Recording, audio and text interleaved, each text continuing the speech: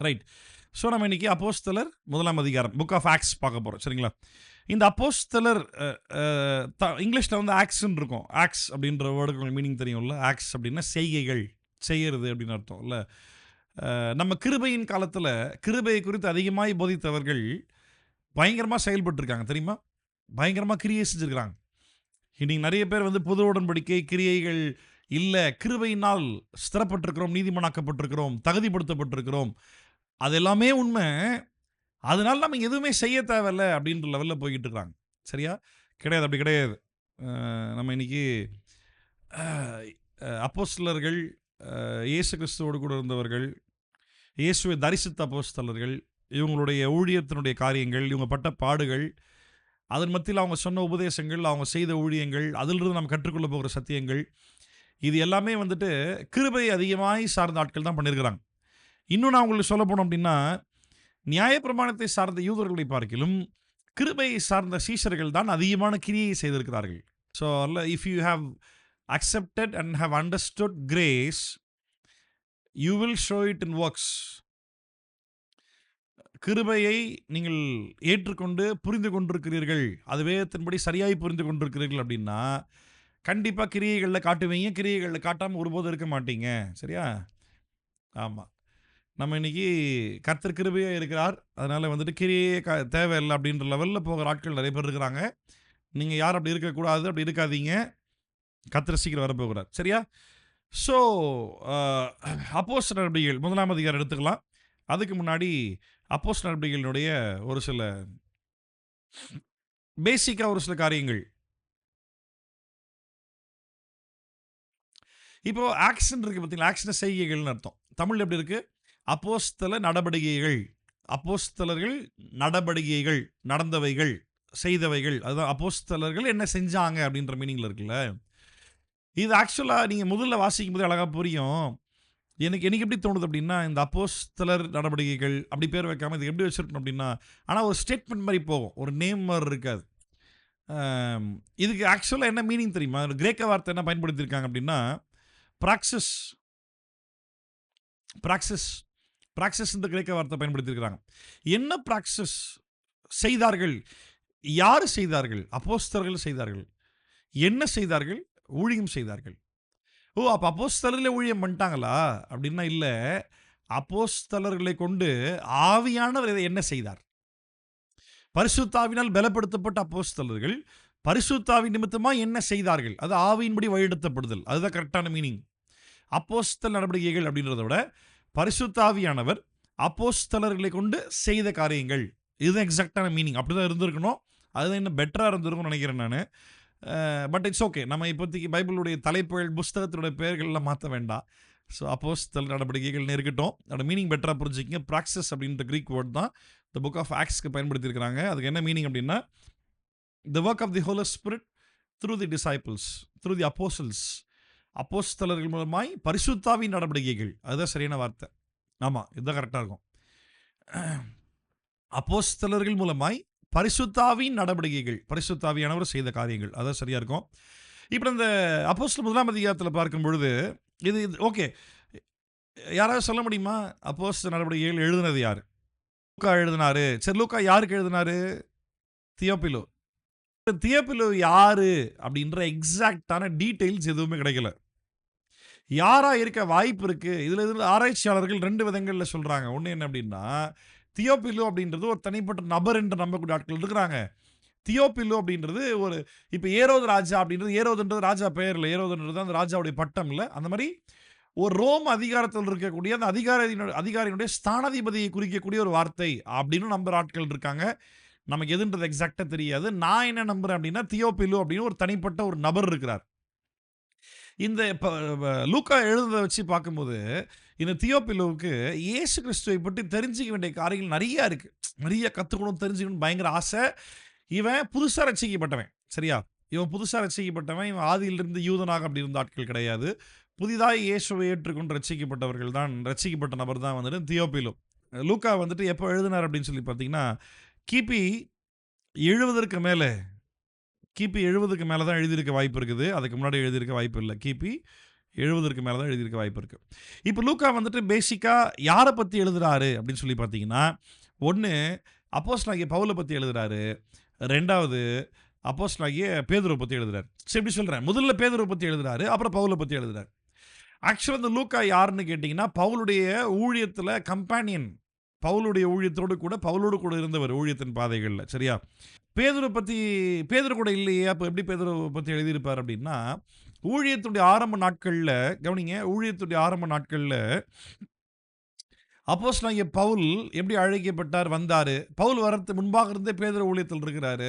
பேதுரு வந்துட்டு எருசலேம் திருச்சபையில யூதர்களுக்காக யூதர்களுக்காக அப்போஸ்தலனா அழைக்கப்பட்டு ஊழியம் செஞ்சுக்கிட்டு இருக்கும்போது வந்துட்டு, பிற்பாடு பவுல் ரட்சிக்கப்பட்டு பவுல் வரும்பொழுது பேதுரு அரபு நாட்டில் போய் 3 வருஷம் தங்கியிருந்து அதெல்லாம் நம்ம பார்ப்போம். வருகிற நாட்கள் லாஸ்ட்ல பவுலை பத்தி பார்க்கும்போது பார்ப்போம். பேதுருவோடு கூட 15 நாள் தங்கி இருக்கிறாரு. கலாத்தியர்ல ஏற்கனவே அதை பத்தி நான் உங்களுக்கு சொல்லிக் கொடுத்துருக்கிறேன். 1ஆம் அதிகாரத்தில் வாசிக்கும் போது அங்கேயே பவுல் சொல்றாரு.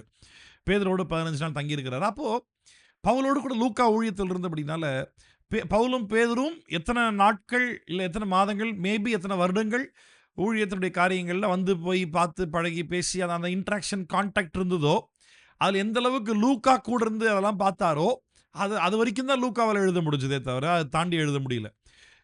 பவுல் வந்துட்டு ரோமாபுரியில் வந்துட்டு பவுல் வந்துட்டு கடைசியாக ரோமாபுரியில் சிறை சேதம் பண்ணப்பட்டார். House arrest பண்ணப்பட்டார். சிறை சேதம் பண்ணப்பட்டார். ஆனால் வந்துட்டு பேதுருடைய காரியங்கள் கடைசி வரைக்கும் என்ன ஆச்சு, எப்படி ஆச்சு, அதை பற்றியான டீட்டெயில்ஸ் நமக்கு இதில் இருக்காது. ஏன் அப்படின்னா, பேதுரு போய் பவுல் பார்த்துட்டு இருந்த நாட்கள் எல்லாமே கம்மியாக ஆரம்பிச்சு, அடுத்து பவுலுடைய ஊழியங்கள் அப்படி எல்லாமே ஜாஸ்தியாக ஆரம்பிச்சனால, பவுலுடைய ஊழியத்தில் தான் லூக்காவும் கூட இருந்தபடினால லூக்காவுடைய கான்சன்ட்ரேஷன் அதிகமாக பவுல் மேலே தான் இருக்குது. ஸோ அந்த அப்போஸ்தலர் நடவடிக்கைகளில் 1ஆம் அதிகாரத்திலிருந்து 12வது அதிகாரம் வரைக்கும் பேதுரு யாக்கோபு யோவான், பேதுரு யாக்கோபு மெயினா என்னெல்லாம் பண்ணார், எப்படிலாம் ஊழியங்கள் நடந்தது, என்னெல்லாம் ஆச்சு அப்படின்றத பற்றி லூக்கா தெளிவாக எழுதியிருப்பார்.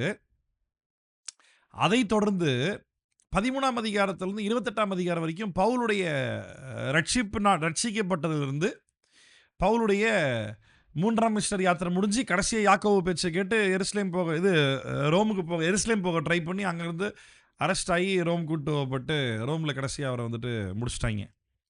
அது வரைக்கும் வந்து நம்ம இதில் பார்க்க முடியும் இந்த அப்போஸ்தலர் நடவடிக்கைகளில். சரிங்களா? அப்போஸ்தலர் 1ஆம் அதிகாரம். தேயோபிலுவே, இயேசுவானவர் தாம் தெரிந்து கொண்ட அப்போஸ்தலருக்கு பரிசுத்த ஆவியினாலே கட்டளையிட்ட பின்பு அவர் எடுத்துக்கொள்ளப்பட்ட நாள் வரைக்கும் செய்யவும் உபதேசிக்கவும் தொடங்கின எல்லாவற்றையும் குறித்து 1ஆம் பிரபந்தத்தை உண்டு பண்ணினேன். இப்போ லூக்கா என்ன பண்றாரு, ஏற்கனவே இயேசு கிறிஸ்து என்ன உபதேசிக்க சொன்னார், என்ன செய்ய சொன்னார், போத் டாக்டரின் அண்ட் டூயிங்ஸ். ரைட்டா? 2வது வசனம் பாருங்க. அவர் எடுத்துக்கொள்ளப்பட்ட நாள் வரைக்கும் செய்யவும் உபதேசிக்கவும் தொடங்கின எல்லாவற்றையும் குறித்து 1ஆம் பிரபந்தத்தை உண்டு பண்ணினேன். எப்படி? இயேசு கிறிஸ்து மரித்து உயிர் தெழுந்து 40 நாள் தரிசனம் பண்ணார்ல, ஞாபகம் இருக்கா? அதுவும் இந்த லூக்கா 1ஆம் அதிகாரத்தில் தான் பார்ப்போம். 40 நாட்கள் இயேசு தாம் உயிரோடு கூட இருப்பதை தரிசனம் பண்ணார். 500க்கும் மேற்பட்ட சீஷர்களுக்கு ஒரே முறை தரிசனம் பண்ணார். அவருடைய சகோதரன் யாக்கோபுக்கு தரிசனம் பண்ணார். பவுலுக்கு தரிசனம் பண்ணார். சீஷர்களுக்கு பல இடங்களில் பல முறை திரும்ப தரிசனம் பண்ணார். 40 நாள் இயேசு மரித்து உயிர் தெழுந்து வந்த பிறகு தரிசனமாகி அப்பவும் திருப்பி நிறைய காரியங்கள் சொல்லிக் கொடுக்குறாரு. லூக்கா எழுதின அந்த ஃபர்ஸ்ட் புக்கு நம்ம கையில் கிடைக்கலப்பா. அது கட்சிச்சுன்னா இன்னும் பயங்கரமாக இருந்திருக்கும் போல. உயிர் தெழுந்து வந்த பிறகு இயேசு என்ன போதிச்சாரு, என்ன செஞ்சாரு அப்படின்னு. சரி, இப்படி சொல்லுவோமே, உயிர் தெழுவதற்கு முன்பாக, அதாவது சிலுவை மரணம் உயிர் தெழுவதற்கு முன்பாக இயேசு என்ன செஞ்சாரு, என்ன போதிச்சாரு அப்படின்றதற்கும், இயேசு மரித்து உயிர் தெழுந்து வந்த பிறகு என்ன செஞ்சார், என்ன போதிச்சார் அப்படின்றதற்கும் வித்தியாசம் இருக்க போது என்ன? வித்தியாசம் இருக்க போது என்ன? கண்டிப்பா இல்லை. அவர் 3 ஆண்டு காலமாய் சீஷர்களோடு கூட இருக்கும் பொழுதும் கூட என்னெல்லாம் செஞ்சார், எதெல்லாம் போதித்தாரோ, உயிர் தெழுந்து வந்த பிறகு இயேசு மரித்த பிறகு சீஷர்கள் ஆல்மோஸ்ட் பேக் அடிக்கிற மாதிரி போய் ஆளாளுக்கு அவன் வேலைக்கு போய் பயந்து போய் ஒளிஞ்சு போய் இப்படி காரியங்கள் நடக்கும் பொழுது மறுபடியும் இயேசு உயிர் தெழுந்து வந்து தரிசனமாகி, எப்பா இதெல்லாம் நீங்க பண்ணுங்கப்பா அப்படின்ட்டு மறுபடியும் அவர்களுக்கு போதித்து, மறுபடியும் இயேசு செய்த செயல்கள் இயேசு மரித்து உயிர் தெழுவதற்கு முன்பாய் போதித்ததற்கும் செய்ததற்கும் எந்த ஒரு விதத்திலும் முரண்பட போறதே கிடையாது. ஸோ அப்படி பார்க்கும் பொழுது லூக்கா எழுதின முதல் புக்கு கிடைக்கல, ஃபைன், பிரச்சனை இல்லை. ஏன்னா உயிர் தெழுவதற்கு முன்பாக இயேசு என்ன செய்தாரோ அதை தான் தொடர்ந்து உயிர் தெழுத பின்பும் இயேசு செய்திருக்க போறாரு. சரியா? உயிர் தெழுந்த பின்பு இயேசு சீஷர்களை தரிசிக்கும் பொழுது, சீஷர்களை மீட் பண்ணும்பொழுது என்னெல்லாம் பேசினாரு, கடைசியாக மத்தேயு கடைசி அதிகாரத்திலையும், லூக்கா 20 யோவான் 20ஆம் அதிகாரத்துக்கு மேலேயும் கூட சுவிசேஷ புஸ்தகங்கள் நிறைய டீட்டெயில்ஸ் நம்மளுக்கு அங்கே கொடுக்கப்பட்டிருக்குது. சரியா? ஆனாலும் கூட லூக்கா எழுதின இன்னொரு புக்கு டீட்டெயில்டாக எழுதியிருக்காராம். அது கடைசியாக நல்லா தான் இருந்திருக்கும், ஆனால் நம்மளுக்கு அது கையில் கிடைக்கல. ஸோ ஏற்கனவே ஒரு புக்கு நான் உங்களுக்கு எழுதினேன் அப்படின்னு சொல்லி சொல்கிறாரு. அவர் எடுத்துக்கொள்ளப்பட்ட முதல்ல வாசிக்கிற மறுபடியும் தேவபிள்ளவே, இயேசுவானவர் தாம் தெரிந்து கொண்ட அப்போஸ்தலருக்கு பரிசுத்த ஆவியினாலே கட்டளையிட்ட பின்பு அவர் எடுத்துக்கொள்ளப்பட்ட நாள் வரைக்கும் செய்யவும் உபதேசிக்கவும் தொடங்கின எல்லாவற்றையும் குறித்து முதலாம் பிரபந்தத்தை உண்டு பண்ணினேன். அவர் பாடுபட்ட பின்பு 40 நாளளவும் அப்போஸ்தலருக்கு தரிசனமாகி தேவனுடைய ராஜ்யத்திற்குரியவைகளை அவர்களுடனே பேசி அநேகம் தெளிவான திருஷ்டாந்தரங்களினாலே அவர்களுக்கு தாம் உயிரோடு இருக்கிறவராக காண்பித்தார். 40 days என்ன பண்ணாரு? தாம் உயிரோடு கொண்டிருப்பதை தெளிவாய் காண்பித்து கொண்டு வந்தார்.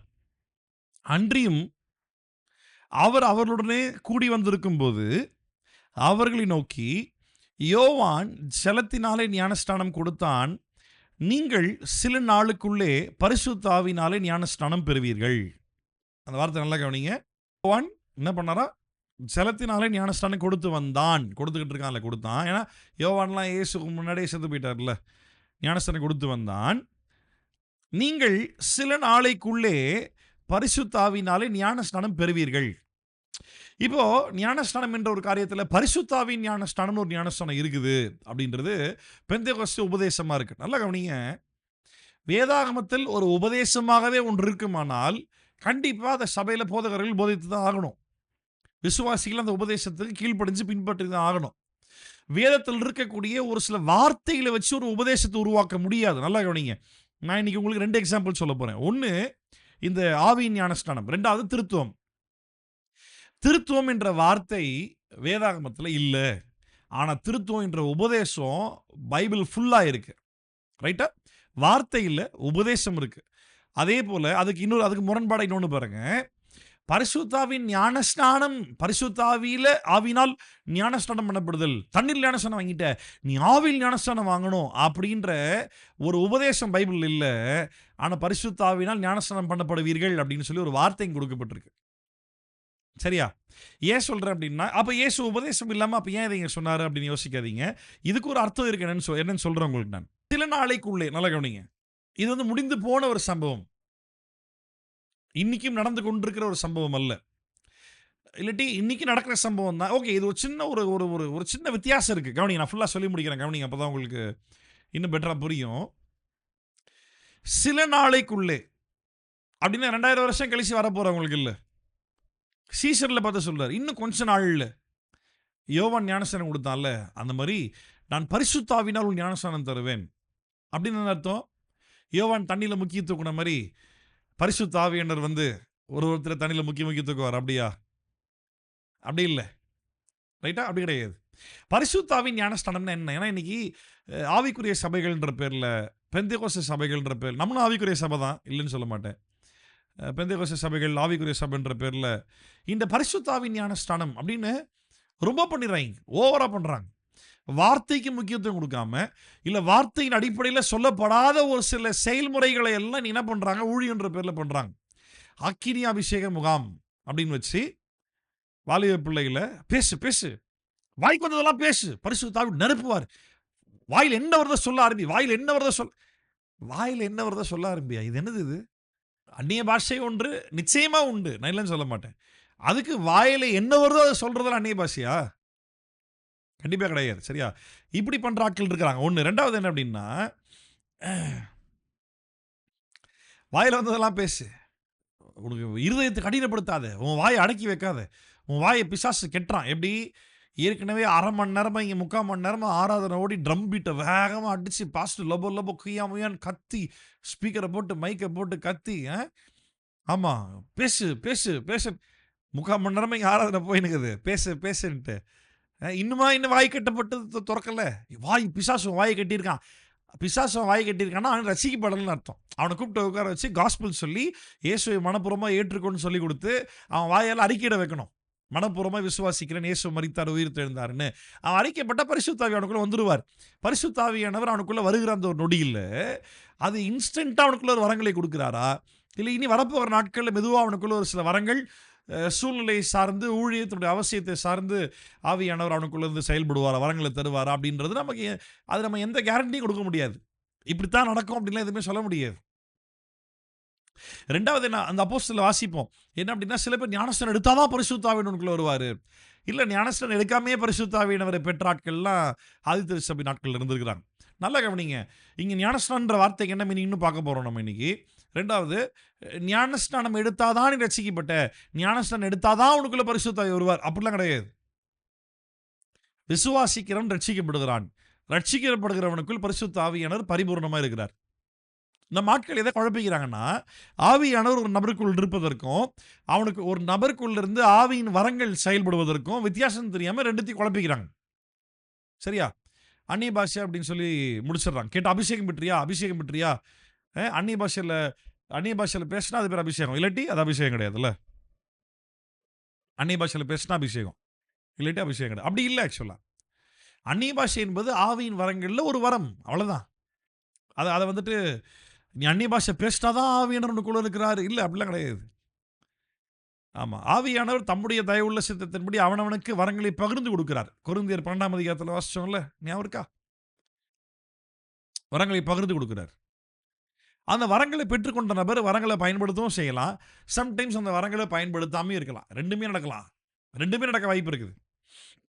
அதனால வந்துட்டு உனக்குள்ள ஆவியின் வரங்கள் அந்நிய பாஷையாய் செயல்பட்டாதான் நீ உனக்குள்ள ஆவியானவர் இருக்கிறார்ன்றதுக்கு அடையாளம் இல்லை. இல்லை இல்லை, விசுவாசித்தவனுக்குள் ஆவியானவர் இருக்கிறார்ன்றது தான் சத்தியம். சரியா? அப்போ கவனிங்க, இங்க என்ன சொல்றாரு பாருங்க, சில நாளுக்குள்ளே பரிசுத்த ஆவியினாலே ஞானஸ்நானம் பெறுவீர்கள். சரி, இயேசு சொன்ன சில நாட்கள்ல என்ன ஆச்சுன்னு நம்மளுக்கு தெரியும். என்னாச்சு? சில நாட்கள்ல பெந்தேகோஸ்து நாளில் பரிசுத்த ஆவியானவர் அவர் மேல இறங்கினார். பெந்தேகோஸ்து நாளில் பரிசுத்த ஆவியானவர் அவங்க மேல இறங்கினார். அதுதான் இயேசு சொல்றார். பெந்தேகோஸ்து நாள் தான் எக்ஸாக்டா இயேசு மீன் பண்ணி பேசுறாரு. சில நாளைக்குள்ளே நீங்கள் பரிசுத்த ஆவியினாலே ஞானஸ்நானம் பெறுவீர்கள். இப்போ நல்லா கவனிங்க, பரிசுத்த ஆவியின் ஞானஸ்நானம் பெறுதல் அப்படின்னு என்ன அர்த்தம்? சரி, ஞானஸ்நானம் என்ன அர்த்தம் சொல்லுங்க பார்ப்போம். மூழ்குதல், நிரப்பப்படுதல். இப்போ நல்லா கவனிங்க, பேப்டிசம் அப்படின்றது யூதர்களுக்கு இல்லை, கிறிஸ்டின்ஸ் தான் பேப்டிசம் இருக்கு, ரைட்டா? இப்போ இது ஒரு ரிலீஜியஸ்டிக் வேர்டு. ஆக்சுவலாக இது ஒரு இங்கிலீஷ் வேர்டு, பேசிக்காக அது இங்கிலீஷ் வேர்டு கிடையாது. கிறிஸ்துவை பின்பற்றியவர்கள் ஒரு காரியத்தை செஞ்சாங்க, ஞானஸ்நானம் ஒரு காரியத்தை செஞ்சாங்க. அதனால அதை செய்யறதுக்கு ஒரு பேர் தேவைப்பட்டுச்சு. அது உலகமெங்கும் எல்லாருக்கும் அது அவசியப்படலை, தேவைப்படலை ஆக்சுவலாக. அதனால என்ன பண்ணாங்க அப்படின்னா, கிரீக் லாங்குவேஜில் தண்ணீரில் மூழ்கி எழுந்துக்குவது, பப்திஸ்மோ, பப்திஸ்மோ அப்படின்ற கிரேக்க வார்த்தை. பப்திஸ்மோ அப்படின்னா கிரீக் வார்த்தையில் அதுக்கு மீனிங் இருக்குது. பப்திஸ்மோ அப்படின்னா மூழ்குதல் அப்படின்னு அர்த்தம். சரியா? உள்ள மூழ்கிட்டீங்கன்னா தண்ணினால மொத்தமாக நிரப்பப்பட்ட, அதுதான் அர்த்தம். உள்ள மூழ்கிட்ட, சூழப்பட்ட, உள்ள முழுசா உள்ள போயிட்ட, ரைட்டா? அதுதான் மீனிங் ஆக்சுவலாக. பப்திஸ்மோனா மூழ்குதல்னு அர்த்தம். அது நமக்கு ஆங்கிலத்தில் மொழிபெயர்க்கும் போது இது பப்திஸ்மோன்ற வேர்டு எப்படி மொழிபெயர்க்கிறது தெரியல, பேப்டிசம் அப்படியே மொழிபெயர்த்தாங்க. சரி, அதுதான் அந்த பேப்டிசம்ன்ற ஒரு இங்கிலீஷ் வேர்டு உருவாச்சு, அதுக்கு அப்படியே மீனிங்கும் கிடைச்சது. சரியா? இப்போ நல்லா கவனிங்க, பேப்டிசம்ன்ற வார்த்தைக்கு மூழ்குதல் அர்த்தம். இப்போ இயேசு என்ன சொல்றாரு, யோவான் ஞானஸ்நானம் கொடுத்தா சில நாளைக்குள்ளே நீங்கள் பரிசுத்த ஆவியினால் ஞானஸ்நானம் பண்ணப்படுவீர்கள், ஞானஸ்நானம் பெறுவீர்கள். பரிசுத்த ஆவியினாலே ஞானஸ்நானம் பெறுவீர்கள் அப்படின்னா பரிசுத்த ஆவியை பெற்றுக்கொள்வீர்கள்.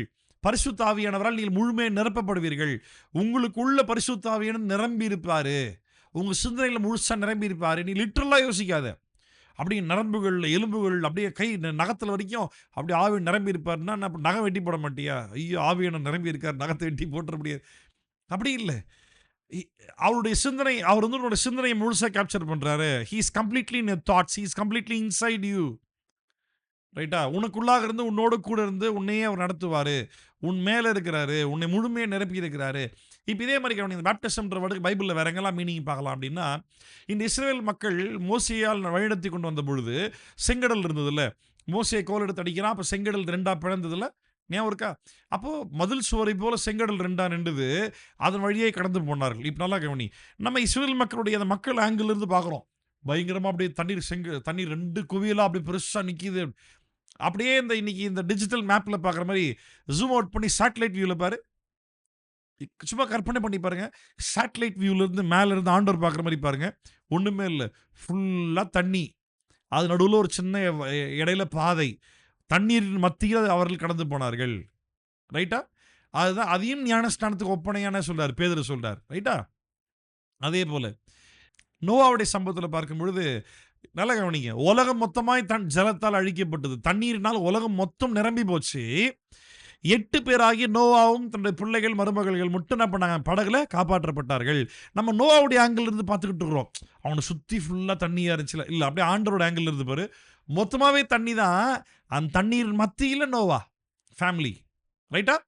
அப்போ பாப்டிசம் அதே போல பரிசுத்த ஆவியினால் ஞானஸ்நானம் பண்ணப்படுவீர்கள் அப்படின்னா, அதுக்கு உள்ள போயிட்டோம். கடந்து போயிட்டோம். கொலோசியர் 1:13 கூட வாசிப்போம்ல. பரிசுத்த ஆவி நீங்கள் ஞானஸ்நானத்தின் மூலமாய் பரிசுத்த ஆவியானவரை நீங்கள் தரித்துக் கொண்டிருக்கிறீர்களே.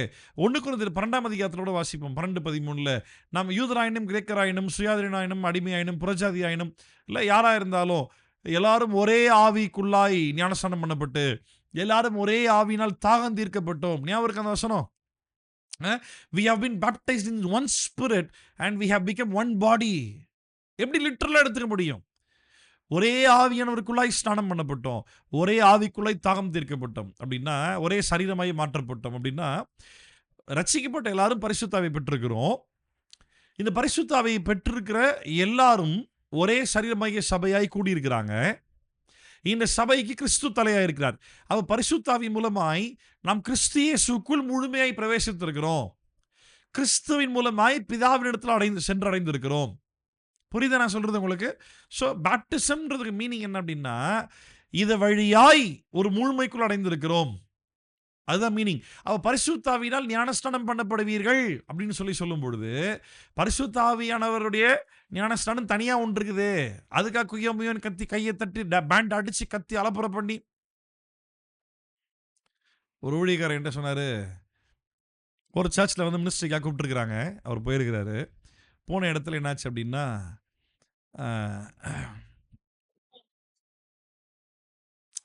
ஒரு ஊழியத்துக்கு கூப்பிட்டுருக்குறாங்க. அவர் போன இடத்துல என்னாச்சு அப்படின்னா, பயங்கரமாக வாஷிப் அப்படியே பயங்கரமாக ஆராதனை போய்கிட்டு இருக்கு. திடீர்னு டப்புனு பவர் ஷட் ஆயிடுச்சு. கரண்ட் ஆஃப் ஆயிடுச்சு. சவுண்டை போட்டு மியூசிக்கை வச்சு பாஸ்டர் மைக்கில் வாஷிப் லீடர் ஒருத்தர் இருந்துருக்காரு. அவர் பயங்கர மைக்கில் கத்தி மியூசிக்லாம் அப்படியே உங்களுக்கு தெரியும்ல, சர்ச்சில் என்ன பண்ணுவாங்க, மெதுவாக வாஷிப் ஸ்டார்ட் பண்ணுவாங்க இல்லை, ஸ்லோவாக பாட்டு பாடி ஆரம்பிப்பாங்க. அப்படியே அந்த அந்த அந்த அந்த அந்த அந்த அந்த டெம்போ ஃபாஸ்ட்டாக டண்டர் டண்டர் டண்டர் டண்டர் டண்டர் அப்படியே போய்கிட்டே இருக்கும். அது பேஸ்ட்டு போட்டோம். ஆனால் வர்ஷிப்பில் மீனிங்கே இல்லாமல் இருக்குதே. அவங்க செய்கிற ஆராதனையில் ஒரு முறையே இல்லை, ஒரு மீனிங்கே இல்லை. வர்ஷிப்பில் யாரை மையப்படுத்தி பண்ணுறோம்? நம்ம யாரை உயர்த்துவது?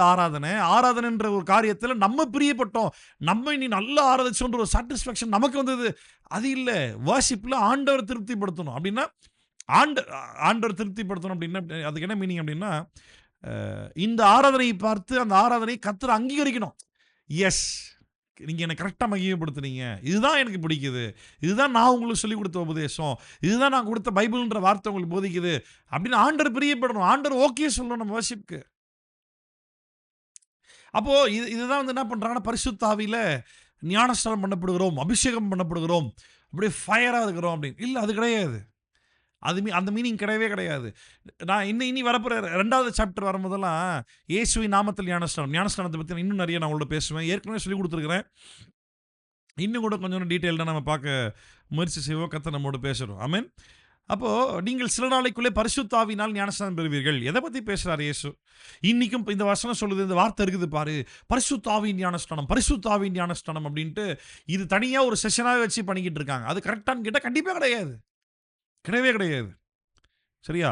இங்கே எக்ஸாக்டாக இயேசு எதை மீன் பண்ணுறாரு? இனி வரப்போகிற பெந்தேகோஸ்தே என்னும் நாளில் 40 நாள் உயிரோடு கூட இருந்தார்ல, அதாவது உயிர் தெழுந்து வந்து தரிசனமானார்ல, அந்த 40 நாள் என்னெல்லாம் சொன்னார் அப்படின்னு சொல்லும்போது கடைசியாக சொல்கிறார், இனி வரப்போகிற நாட்களில் நீங்கள் பரிசுத்த ஆவியானவரால் ஞானஸ்நானம் பெறுவீர்கள் அப்படின்னு. ஆகையால் நீங்கள் எருசலேமை விட்டு போகாமல் என்னிடத்தில் கேள்விப்பட்ட பிதாவின் வாக்குத்தத்தம் நிறைவேற காத்திருங்கள் என்று கட்டளையிட்டார். இன்னைக்கு வாக்குத்தத்தம்ன்ற பேரில் என்னவோ பேசினுறாங்க.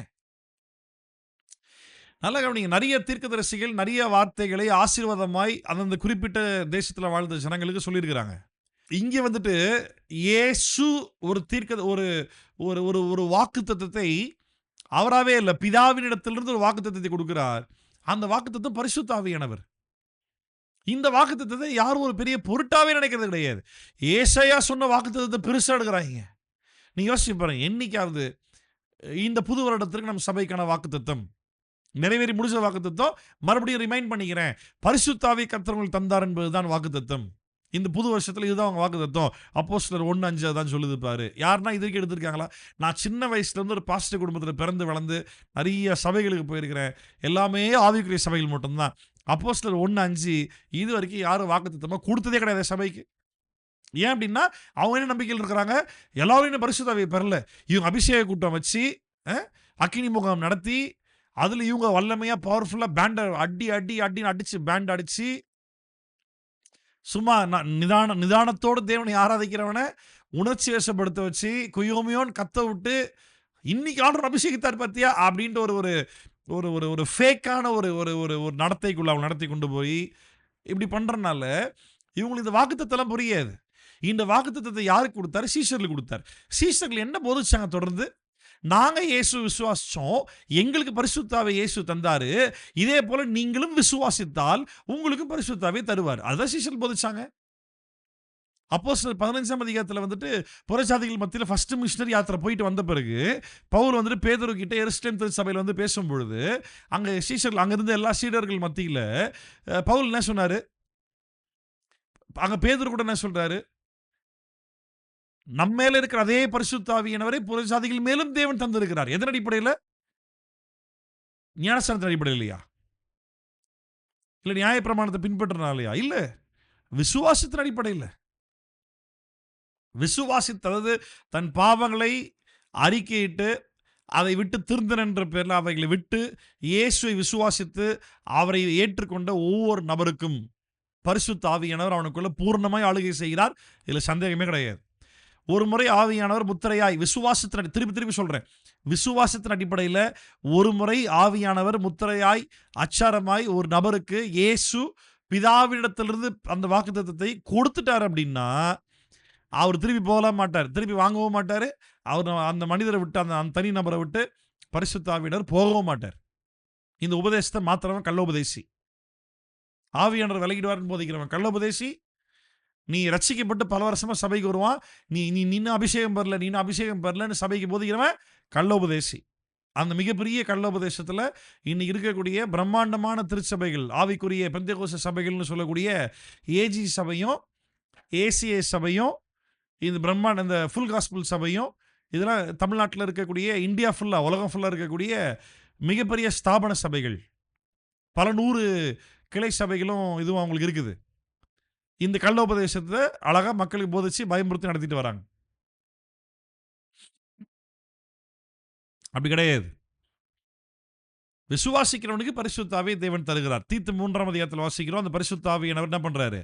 சம்பூர்ணமாய் கொடுக்கிறார். அறகுறையாக கொடுக்கல, சம்பூர்ணமாய் கொடுக்கிறார். அப்போ என்ன சொல்றாரு? ஆகையால் நீங்கள் எருசலேமை விட்டு போகாமல் என்னிடத்தில் கேள்விப்பட்ட பிதாவின் வாக்குத்தத்தம் நிறைவேற காத்திருங்கள் என்று கட்டளையிட்டார். ரைட்டா? என்கிட்ட கேள்விப்பட்ட ஏற்கனவே சொல்லி கொடுத்துட்டார், தெளிவா சொல்லிட்டார். நான் சொன்ன வாக்குத்தத்தத்தை நீங்கள் பெறுகிற வரைக்கும் என்ன பண்ணுங்க? எருசலேம்ல காத்திருங்க அப்படின்னாரு. அதை திருப்பி இங்க ரிமைண்ட் வேற பண்றாரு. அப்பொழுது கூடி வந்திருந்தவர்கள் அவரை, யார? உயிர் தெழுந்து வந்த இயேசுவை பார்த்து, ஆனா உண்மையாவே இந்த சீஷர்களுக்கு எவ்வளவு பெரிய பாக்கியம் தெரியுமா? சரீர பிரகாரமாய் அவதாரம் எடுத்து வந்த இயேசுவை நேரில் பார்த்து பழகினாங்க. உயிர் தெழுந்து வந்த பிறகும் ஃபர்ஸ்ட் பயந்தாங்க. அதுக்கப்புறமா அவர் கூடவே பாருங்க, யோசிச்சு பாருங்க.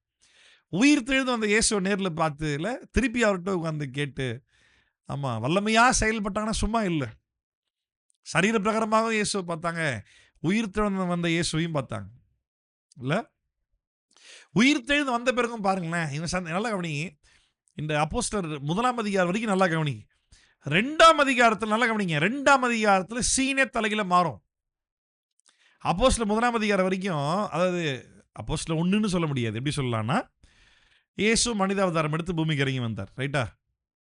கவனிக்கிறீங்களா? அங்கிருந்து சீஷர்களை அழைத்தார், ஃபாலோ பண்ணாங்க, ஊழியம் செஞ்சாங்க. இயேசு பல காரியங்கள் செஞ்சார், பல அதிகாரங்கள் கொடுத்தார், பல உபதேசங்கள் சொல்லி கொடுத்தார். மரித்தார். சீஷர் என்ன பண்ணாங்க? போட்டு தள்ளிட்டாங்க இயேசுவ. ஐயோ பாவம் அப்படின்ட்டு ஆளாளுக்கு ஒரு பக்கம் போயிட்டாங்க. உயிர் தெழுந்தார். மறுபடியும் வந்து கூப்பிடுறாரு. டேய் நான் உயிரோட தான் இருக்கிறேன் வாங்கடா அப்படின்னு கூப்பிடுறாரு. மறுபடியும் ஒரு 40 நாள் அவங்கள சொல்லி கொடுத்து எல்லாம் பண்ணுறாரு. திருப்பி ஒரு 10 நாள் உங்களை விட்டு போயிட போகிறேன். இல்லை பெந்தெகோஸ்து நாள் என்பது 50வது நாள். பரிசுத்த ஆவி நீங்கள் பெறுவீங்க. அவர் வந்து சகலத்தையும் போதிப்பார். நான் சொல்லிக் கொடுத்தது எல்லாம் ஞாபகப்படுத்துவார். அவர் நீங்கள் நடக்க ஆரம்பிப்பீங்க, விடுதலையாக இருக்க ஆரம்பிப்பீங்க, இதெல்லாம் சொல்கிறாருல்ல. இந்த 40வது நாள் வரைக்கும் பாருங்களேன், இல்லாட்டி பெந்தெகோஸ்து நாள் அந்த 50வது நாள் வரைக்கும் இயேசு வந்து பிறந்து மரித்து உயிர் தெழுந்து மறுபடியும் தரிசனமாகி இன்னொரு 40 நாள், அப்புறம் ஒரு 10 நாள் டைம் கேப். 50வது நாள் வரைக்கும் இந்த சீஷர்கள் ரட்சிக்கப்பட்டிருக்காங்களா அப்படின்றது என்னால் கரெக்டாக சொல்லவே முடியல. ரட்சிப்பு எதை வச்சு தர்மனால தீர்மானிக்க முடியும்? ஒரு மனிதன் பரிசுத்த ஆவியின்படி நடத்தப்படுவானானால் அவன் ரட்சிக்கப்பட்டவன். மாம்சத்தின்படி நடத்தப்படுவானானால் அவன் ரட்சிக்கப்படாதவன். சரியா? இந்த சீஷர்கள் மாம்சத்தின்படி தான் நடத்தப்பட்டு இருக்கிறாங்க. ஜெபம் பண்றாங்க. ஜெபம் பண்றாங்க. இயேசு சொன்னதை நம்புனாங்க. எல்லாமே இருந்துச்சு. இதே போல நீ நிறைய கிறிஸ்தவர்கள் இருக்கிறாங்கல்ல. ஜெபம் பண்றாங்க, பைபிள் வாசிக்கிறாங்க. சீஷர்களோட ஒரு ஸ்டெப் எக்ஸ்ட்ராவே பண்றாங்க. அவங்களாம் பைபிள்லாம் வாசிக்கல. நம்ம நாட்டில் பைபிள் வாசிக்கிறாங்க, ஜெபம் பண்றாங்க, சர்ச்சைக்கு போறாங்க, காணிக்கை கொடுக்குறாங்க. ஆமா, தசமபாகம் தராங்க. ஆனா இன்னும் ரட்சிக்கப்படல. ரட்சிக்கப்படல. அப்ப பாருங்க, உயிர்த்தெழுந்த இயேசு வந்த பிறகும் இவங்களுக்கு பழைய டவுட் தான் இன்னும் இருக்குது இவங்களுக்கு. ஆண்டவரே ராஜ்யத்தை இக்காலத்துல எங்களுக்கு திரும்ப தருவீர். அதாவது நான் ஏற்கனவே சொன்னேன் பார்த்தீங்களா, அந்த யூதர்கள் எல்லாருமே எப்படி நினைச்சாங்க, சீஷர்கள் கூட அந்த இம்பாக்ட், யூதர்கள் அந்த யூத மக்கள் தேசத்தோட அந்த இம்பாக்ட் இருந்துச்சு. இயேசுடைய போதனைகளை லிட்ரலாக புரிஞ்சுக்கிட்டாங்க. ஸ்பிரிட்டில் அவங்க அண்டர்ஸ்டாண்ட் பண்ண ட்ரை பண்ணவே இல்லை. ராஜ்யம் சமீபமாக இருக்குது போய் சொல்லுங்க அப்படின்னார்ல. இவனுங்க பரிசுத்த ஆவி பெறுகிற வரைக்கும் ஆண்டு வந்து ராஜ்யத்தை அவங்க தரப்போறாரு. ஏன் என்ன ராஜ்யம் தரப்போறாரு? இஸ்ரவேல் நாட்டை இவர்கள் ஆளுகை செய்ய போறாங்க. அப்ப இத்தனை நாள் யார் ஆளுகை செஞ்சா? இவங்க தான் ஆளுகை செஞ்சாங்க. அப்புறம் என்ன பிரச்சனை?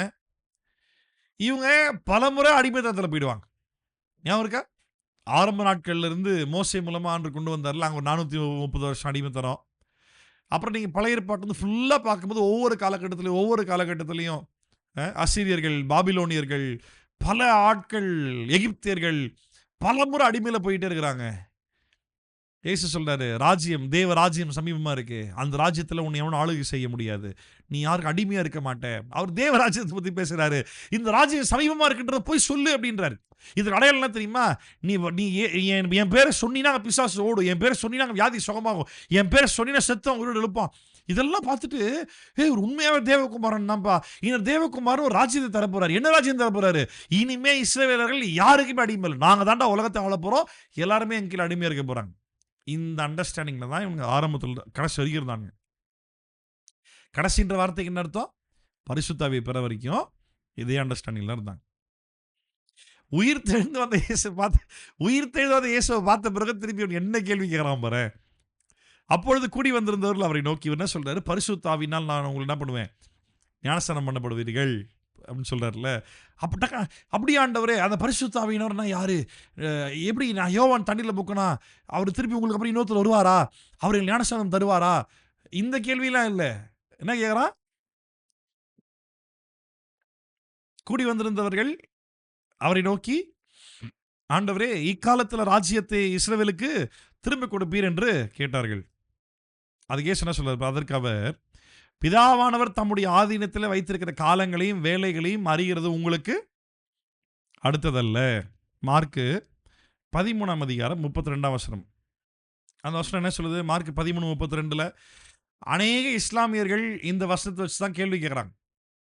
இயேசு கடவுள் இல்லை. ஏன் தெரியுமா? ஏன்னா இயேசுவே சொன்னார் பார், அந்த நாளையும் அந்த நாளிகையையும் பிதா ஒருவர் தவிர மற்ற ஒருவனும் அறியான், பரலோகத்தில் தூதர்களும் அறியார்கள் என்றார். அறியார்கள், குமாரனும் அறியார். எதை பற்றி சொல்லப்பட்டிருக்கு? இயேசுவை பிதா பூமிக்கு என்ன பண்ணார்ல, மறுபடியும் இயேசு தான் வருவார்ல. குரான்னு சொல்லுது திருப்பி இயேசு தான் வருவார் அப்படின்ட்டு. சரியா? அது வந்துட்டு இயேசுக்கே தெரியாதாமா. இதை வச்சு தான் சொல்லிக்கிட்டு இருக்காங்க. இதே கேள்விதான். நல்லா கவனிங்க. இப்போ இயேசுக்கு என்ன சொன்னாரோ இதே கேள்விதான் அப்போஸ்தலர் 1ஆம் அதிகாரத்தில் வாசிக்கிறோம். நம்ம அப்போஸ்தலர் 1ஆம் அதிகாரம் 6 7வது வசனம், 6 7 கூடி வந்திருந்தவங்க என்ன கேட்டாங்க, ஆண்டவரே இக்காலத்தில் ராஜ்யத்தை இஸ்ரவேலுக்கு திருப்பி கொடுப்பீர் என்று கேட்டார்கள். அதற்கு அவர் என்ன சொன்னார், பிதாவானவர், அந்த வார்த்தைகள் நல்லா கவனிங்க, பிதாவானவர் தம்முடைய ஆதீனத்திலே வைத்திருக்கிற காலங்களையும் வேலைகளையும் அறிகிறது உங்களுக்கு அடுத்ததல்ல. எனக்கு தெரியாதுன்னு சொன்னாரா? எனக்கு தெரியாதுன்னு சொன்னாரா? இல்ல, உங்களுக்கு அடுத்ததல்ல. அதை பத்தி உங்களுக்கு தெரிஞ்சுக்க வேண்டிய அவசியம் இல்லை அப்படின்னா அவருக்கு தெரியும். அவருக்கு தெரியும். ஆனா இவங்களுக்கு சொல்ல வேண்டிய அவசியம், அது நீ இப்ப தெரிஞ்சுக்க வேண்டிய அவசியம் உனக்கு இல்ல. மார்க் 13:32 தானே பார்த்தோம் நம்ம. இப்ப நம்ம இந்த வசனத்தை இப்படிதான் போட்டு குழப்பிக்கிட்டு இருக்காங்க, மாறி மாறி மாறி மாறி. இன்னொரு ஒரு சூப்பரான ஒரு விஷயம் என்ன தெரியுமா? மார்க் 13:32, அந்த நாளையும் அந்த நாளையும் பிதா ஒருவரை தவிர மற்றொருவனும் அறியான்.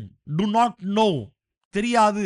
தெரியாதுன்ற வார்த்தை இருக்குல்ல, இந்த தெரியாதுன்ற வேர்டு இது என்ன என்ன மீனிங் நம்மளுக்கு புரிய வருது அப்படின்னா, இக்னரண்ட், அறியாமை, அவளுக்கு மண்டையிலே இல்லை, அந்த இன்ஃபர்மேஷனே இல்லை, தெரியவே தெரியாது, அந்த மீனிங்ல நம்ம பார்க்குறோம் நம்ம.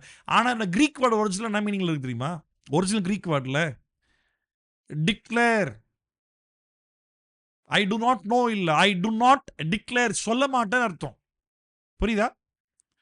ஒருத்தர் ஒரு ஸ்டேட்மெண்ட்டை சொல்லும் பொழுது அவர் என்ன மீன் பண்ணி சொல்றாருன்னு நம்ம நல்லா புரிஞ்சிடும். அவர் இதுதான்ப்பா சொன்னாருன்னு நம்ம ஒரு அண்டர்ஸ்டாண்டிங் எழுதிடுவோம். நம்ம எழுதுனதை இன்னொருத்தன் வாசிக்கும் போது அதே மீனிங்ல புரியுமான்னு கேட்டா இல்லை, வேற மீனிங்களோட புரிய வாய்ப்பு இருக்கு. இக்னரன்ஸ் அப்படின்ற மீனிங்ல எடுத்துக்கிறோம். அந்த நாளையும் நாளையும் பிதா ஒருவர் தவிர மற்றொரு மரியான், பரலோகத்தில் தூதர்கள் மரியார்கள், குமாரனு மரியார். எனக்கே தெரியாதுப்பா. நல்லா கவனிங்க. If Jesus does not know something, then he doesn't have the ability of omniscience. Then that means he is no more a God. He is not a God. இயேசுவுக்கு ஒரு காரியம் தெரியாதுன்னு வந்துருச்சுன்னா அவர் எல்லாம் அறிந்தவர் அப்படின்ற ஒரு தன்மை இல்லாதவராக இருப்பார். அந்த தன்மை இல்லைன்னா அவர் கடவுள்னு சொல்லவே முடியாது. கரெக்டா? இங்க அறியாமை, இக்னரண்ட், தெரியாது, ஐடியாவே, சுத்தம் ஐடியாவே, தெரியவே தெரியாது அப்படின்ற மீனிங்ல சொல்றாங்க. இல்லை, இங்க அந்த no, I do not know, அந்த நோன்ற வேர்டு இருக்குல்ல, அந்த நோன்ற வேர்டு கிரீக் லாங்குவேஜில் ஒரிஜினலில் பார்த்தீங்கன்னா டிக்ளேர், இக்னரண்ட்னு இல்லை, தெரியாதுன்ற மீனிங்ல இல்லை, சொல்ல மாட்டேன்ற மீனிங்ல இருக்கு. கவனிக்கிறீங்களா? யாராவது உங்களை ஜெகோவா விட்னஸ் மாதிரியான ஆட்கள், இந்த இல்லை முஸ்லீம்ஸ் மாதிரியான ஆட்கள் இந்த வசனத்தை கோட் பண்ணி உங்களை கேட்டாங்கன்னா சொல்ல ஆயத்தமாக இருந்துக்குங்க.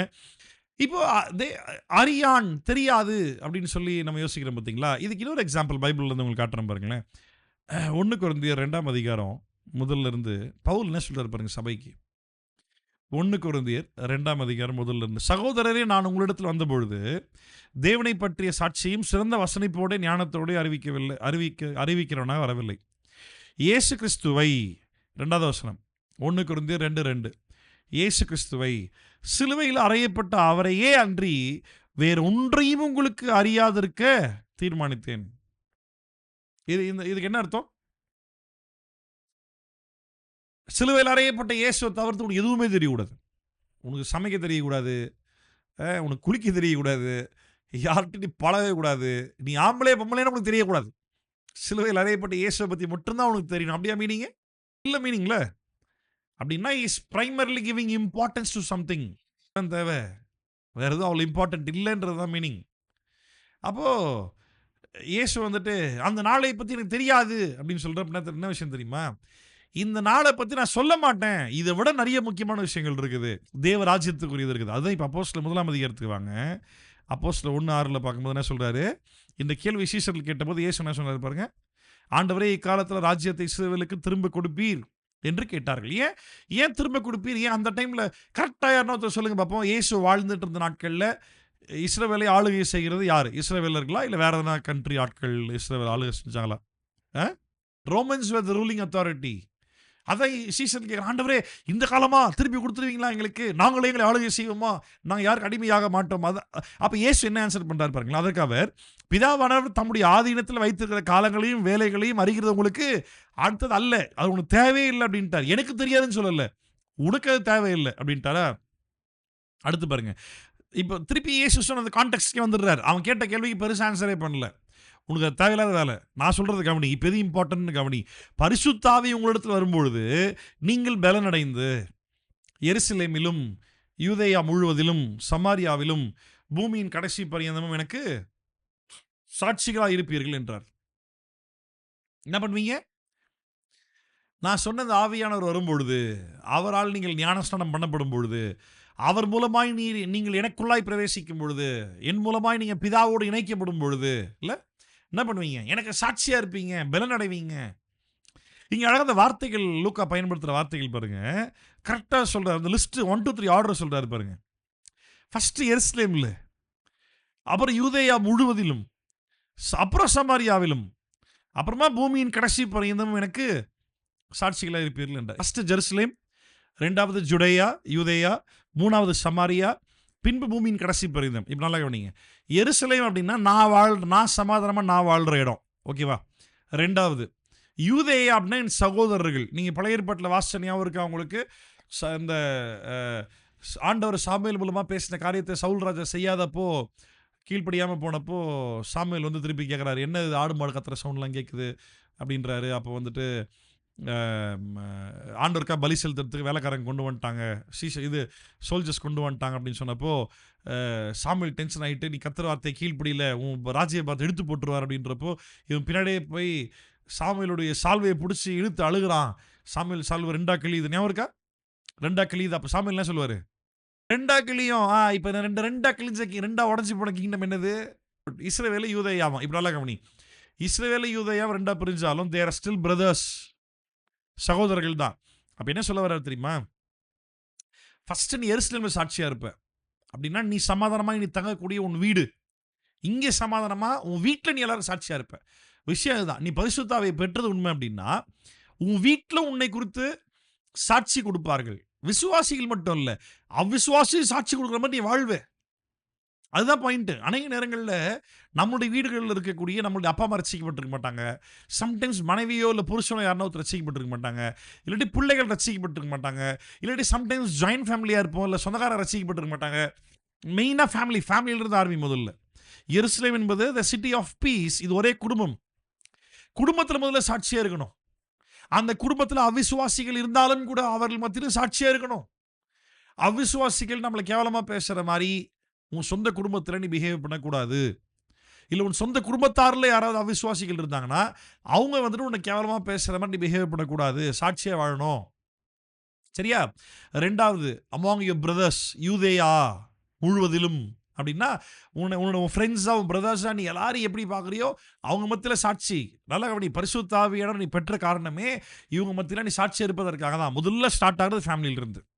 நிறைய ஊழியக்காரங்க ஃபேமிலியில் சாட்சி இல்லை, ஆனால் வெளியில் போனால் அந்த ஊழியக்காரன் ஆஹா ஓஹோன்னு தலைமையில் திகழ்ச்சி கொண்டாடுறாங்க. ஆமாம், கிடையாது. ஃபர்ஸ்ட் ஃபேமிலியிலிருந்து தான் ஆரம்பிக்கணும். அநேக விசுவாச குடும்பத்தார்கள் பப்ளிக்கில் வெளியில் பார்க்கும்போது அவங்கள போல ஒரு ஹாப்பியான ஃபேமிலி யார் இல்லைன்ற மாதிரி காட்டிக்கிறாங்க. ஆனால் சொந்த குடும்பத்தில் நல்லா கணவன்மார்கள் யோசிங்க. உங்கள் சொந்த மனைவி உங்களை பற்றி நல்லா சாட்சி கொடுப்பாங்களா? எனக்கும் சேர்த்து தான் சொல்கிறேன். மனைவிமார்கள் யோசிங்க, உங்கள் சொந்த புருஷன் உங்களை பற்றி நல்லா சாட்சி கொடுப்பாங்களா? பிள்ளைகள் யோசிங்க, உங்கள் பெற்றோர்கள் உங்களை குறிச்சோ இல்லை பெற்றோர்களை குறித்து பிள்ளைகளுடைய சாட்சி என்ன? உன்னுடைய வீட்டில் சாட்சியை வாழும் முதல்ல. அப்புறமா யூதேயா முழுவதிலும் உன் சகோதரர்கள், உன் சொந்தக்காரர்கள், உன் உறவினர்கள், உன் ரத்தம் சம்பந்தப்படுத்த ஆட்கள் பக்கத்தில் இருக்கிறாங்க பற்றியா, ரிலேட்டிவ்ஸ்ன்ற பேரில் அவன் பத்திர சாட்சியாரு. அப்புறமா சமாரியானா யாரு? சமாரியர்கள் அப்படின்னு சொல்லியாச்சுனாலே மோசமானவர்கள் அர்த்தம். Bad people. Very very very very bad people. ரைட்டா? சமாரியர்களை வந்துட்டு யூதர்கள் நாயை பார்த்த மாதிரி பார்த்தாங்க. இருக்கிறதுலே மோசமானவன், இருக்கிறதுலே கெட்டவன் அப்படி பார்த்தாங்க. அந்த உங்களுக்கு ஞாபகம் இருக்க, பைபிளில் ஒரு இயேசு ஒரு கதை சொல்லுவார். யூதர்கள் சமக்கம் வந்துடும். அதெல்லாம் படிக்க அவ்வளோ சிரிப்பாக வரும் ஆக்சுவலாக. ஆமாம், இயேசு வம்புக்குனே யூதரில் வம்புழுத்துருக்கிறார். சத்தியத்தை தான் பேசினார். ஒருத்தன் வழி பிரயாணமாக போவான். வழி கொள்ளையர்கள், பைரேட்ஸ், டெசர்ட் பைரேட்ஸ் அடிச்சு போட்டு எல்லாத்தையும் எடுத்துன்னு போயிடுவானுங்க. கிடப்பான். அந்த பக்கம் ஒரு ஆசாரியன் வருவான், கண்டுக்க மாட்டான். லேவியன் வருவான், கண்டுக்க மாட்டான். சமாரியன் வருவானா, அவன் இவனை தூக்கிட்டு போய் ஒரு சத்திரத்தில் சேர்த்து, டே பார்த்துக்கூடான்னு 2 பணத்தை கொடுத்து, நான் திருப்பி வர வரைக்கும் நீ அவனை பார்த்துக்கணும், நான் வந்து என்ன ஆனாலும் மொத்தமாக செட்டில் பண்ணுவேன் அப்படின்னு சொல்லி இங்கே இங்கே இங்கே ஆசாரியனை தப்பாக காட்டிட்டாரு, லேவியனை தப்பாக காட்டிட்டாரு, சமாரியனை நல்லவன்ற சொல்லிட்டாரு இயேசு. அம்மா டென்ஷன் ஆயிட்டேன் அந்த கதையை கேட்ட உடனே. ஆமாம், அப்போது சமாரியர்களாலே மோசமானவர்கள் அர்த்தம். சரியா? அவங்க மத்தியிலும் நல்ல சாட்சி வேணும். அதுக்கப்புறமா தான் பூமியின் கடைசி பரியந்தம். நல்லா கவனி. உன் ஃபேமிலியில் நீ சாட்சியா இல்லைன்னா, உன் ஆண்டவர் உன் சகோதரர்களுக்கு கூட உன்னை பயன்படுத்த மாட்டார். கவனிக்கிறீங்களா? உங்க ஃபேமிலியில நீ சாட்சியா இல்லைன்னா, ஏதோ ஏனோ தானோ எவனோ வந்தான், எவனையோ கர்த்தர் யூஸ் பண்ணாரா, அந்த சீனே இங்க வேலைக்கு ஆகாது. அப்படி ஒருத்தன் நீ பிரபலம் ஆயிட்டான், சாட்சிக்கிட்டு போய் அநியாயமா ஒருத்தன் வாழ்றான், ஆனா அவன் பிரபலமான ஊழியக்காரன் அப்படின்னா, அவனை ஆண்டவர் பிரபலப்படுத்தல. அவன் தன்னுடைய சொந்த முயற்சினால இவனுக்கு இருக்கிற தாளந்துகள், ஞானங்கள், அதை வச்சு இவனாவே பிரபலம் ஆக்கிக்கிட்டான். ஒரு விஷயம் பிரபலம் ஆகணும்னா என்ன பண்ணணும் சொல்லுங்க பார்ப்போம்? மார்க்கெட்டிங் பண்ணணும், அட்வர்டைஸ் பண்ணணும். இன்னைக்கு இருக்கிற பிரபலமான ஊழியர்கள் ஈஸியா பாவத்துல விழுந்து மாட்டிக்கிட்டாங்கன்னா, அப்ப எப்படி பிரபலமானாங்க? எப்பா எப்படி இருந்தாலும் ஆண்டவர் தானப்பா அவன நடத்துறாருப்பா அப்படின்னு ஈஸியா சொல்லிடுறோம் நம்ம. நல்லா கவனி. ஆண்டவர் உன்னை நடத்தினார்னா, அவர் ராஜ்யத்துடைய ஒரு பங்கா உன்னை பயன்படுத்தி அத்தோட முடிச்சிருவார். உன்னை பிரபலப்படுத்த மாட்டார். பவுலும் பேதுருவும் இன்னைக்கு நம்மளுக்கு பயங்கர பிரபலமான ஆளா இருக்கிறாங்க. பவுலும் பேதுருவும் அவங்க வாழ்ந்த நாட்கள்ல அவங்க பிரபலமா இருந்தாங்களா? சொல்லு. கொன்னுட்டாய்ங்க. பிரபலம் எல்லாம் கிடையாது. Celebrity is a bad terminology for the Christianity. கிறிஸ்தவத்திற்கு செலிபிரிட்டி, பிரபலமானவர்கள், பிரபல ஊழியர்கள், பிரபல பாடகர், இது எல்லாமே கிறிஸ்தவத்தை பொறுத்த வரைக்கும் கெட்ட வார்த்தை. இதுக்கும் ஆண்டவருக்கும் சம்பந்தமே கிடையாது. நீ சாட்சியா இருப்பே தவிர பிரபலமாக மாட்ட. நீ பிரபலம் ஆனினா, நீ கர்த்தருடைய வார்த்தையை பேசுவதால் மக்கள் உன்னை ஃபாலோ பண்ணி மக்களாவே உன்னை பிரபலப்படுத்தினாங்கன்னா, அது உண்மையா ஆண்டவர் கொடுத்த உயர்வு.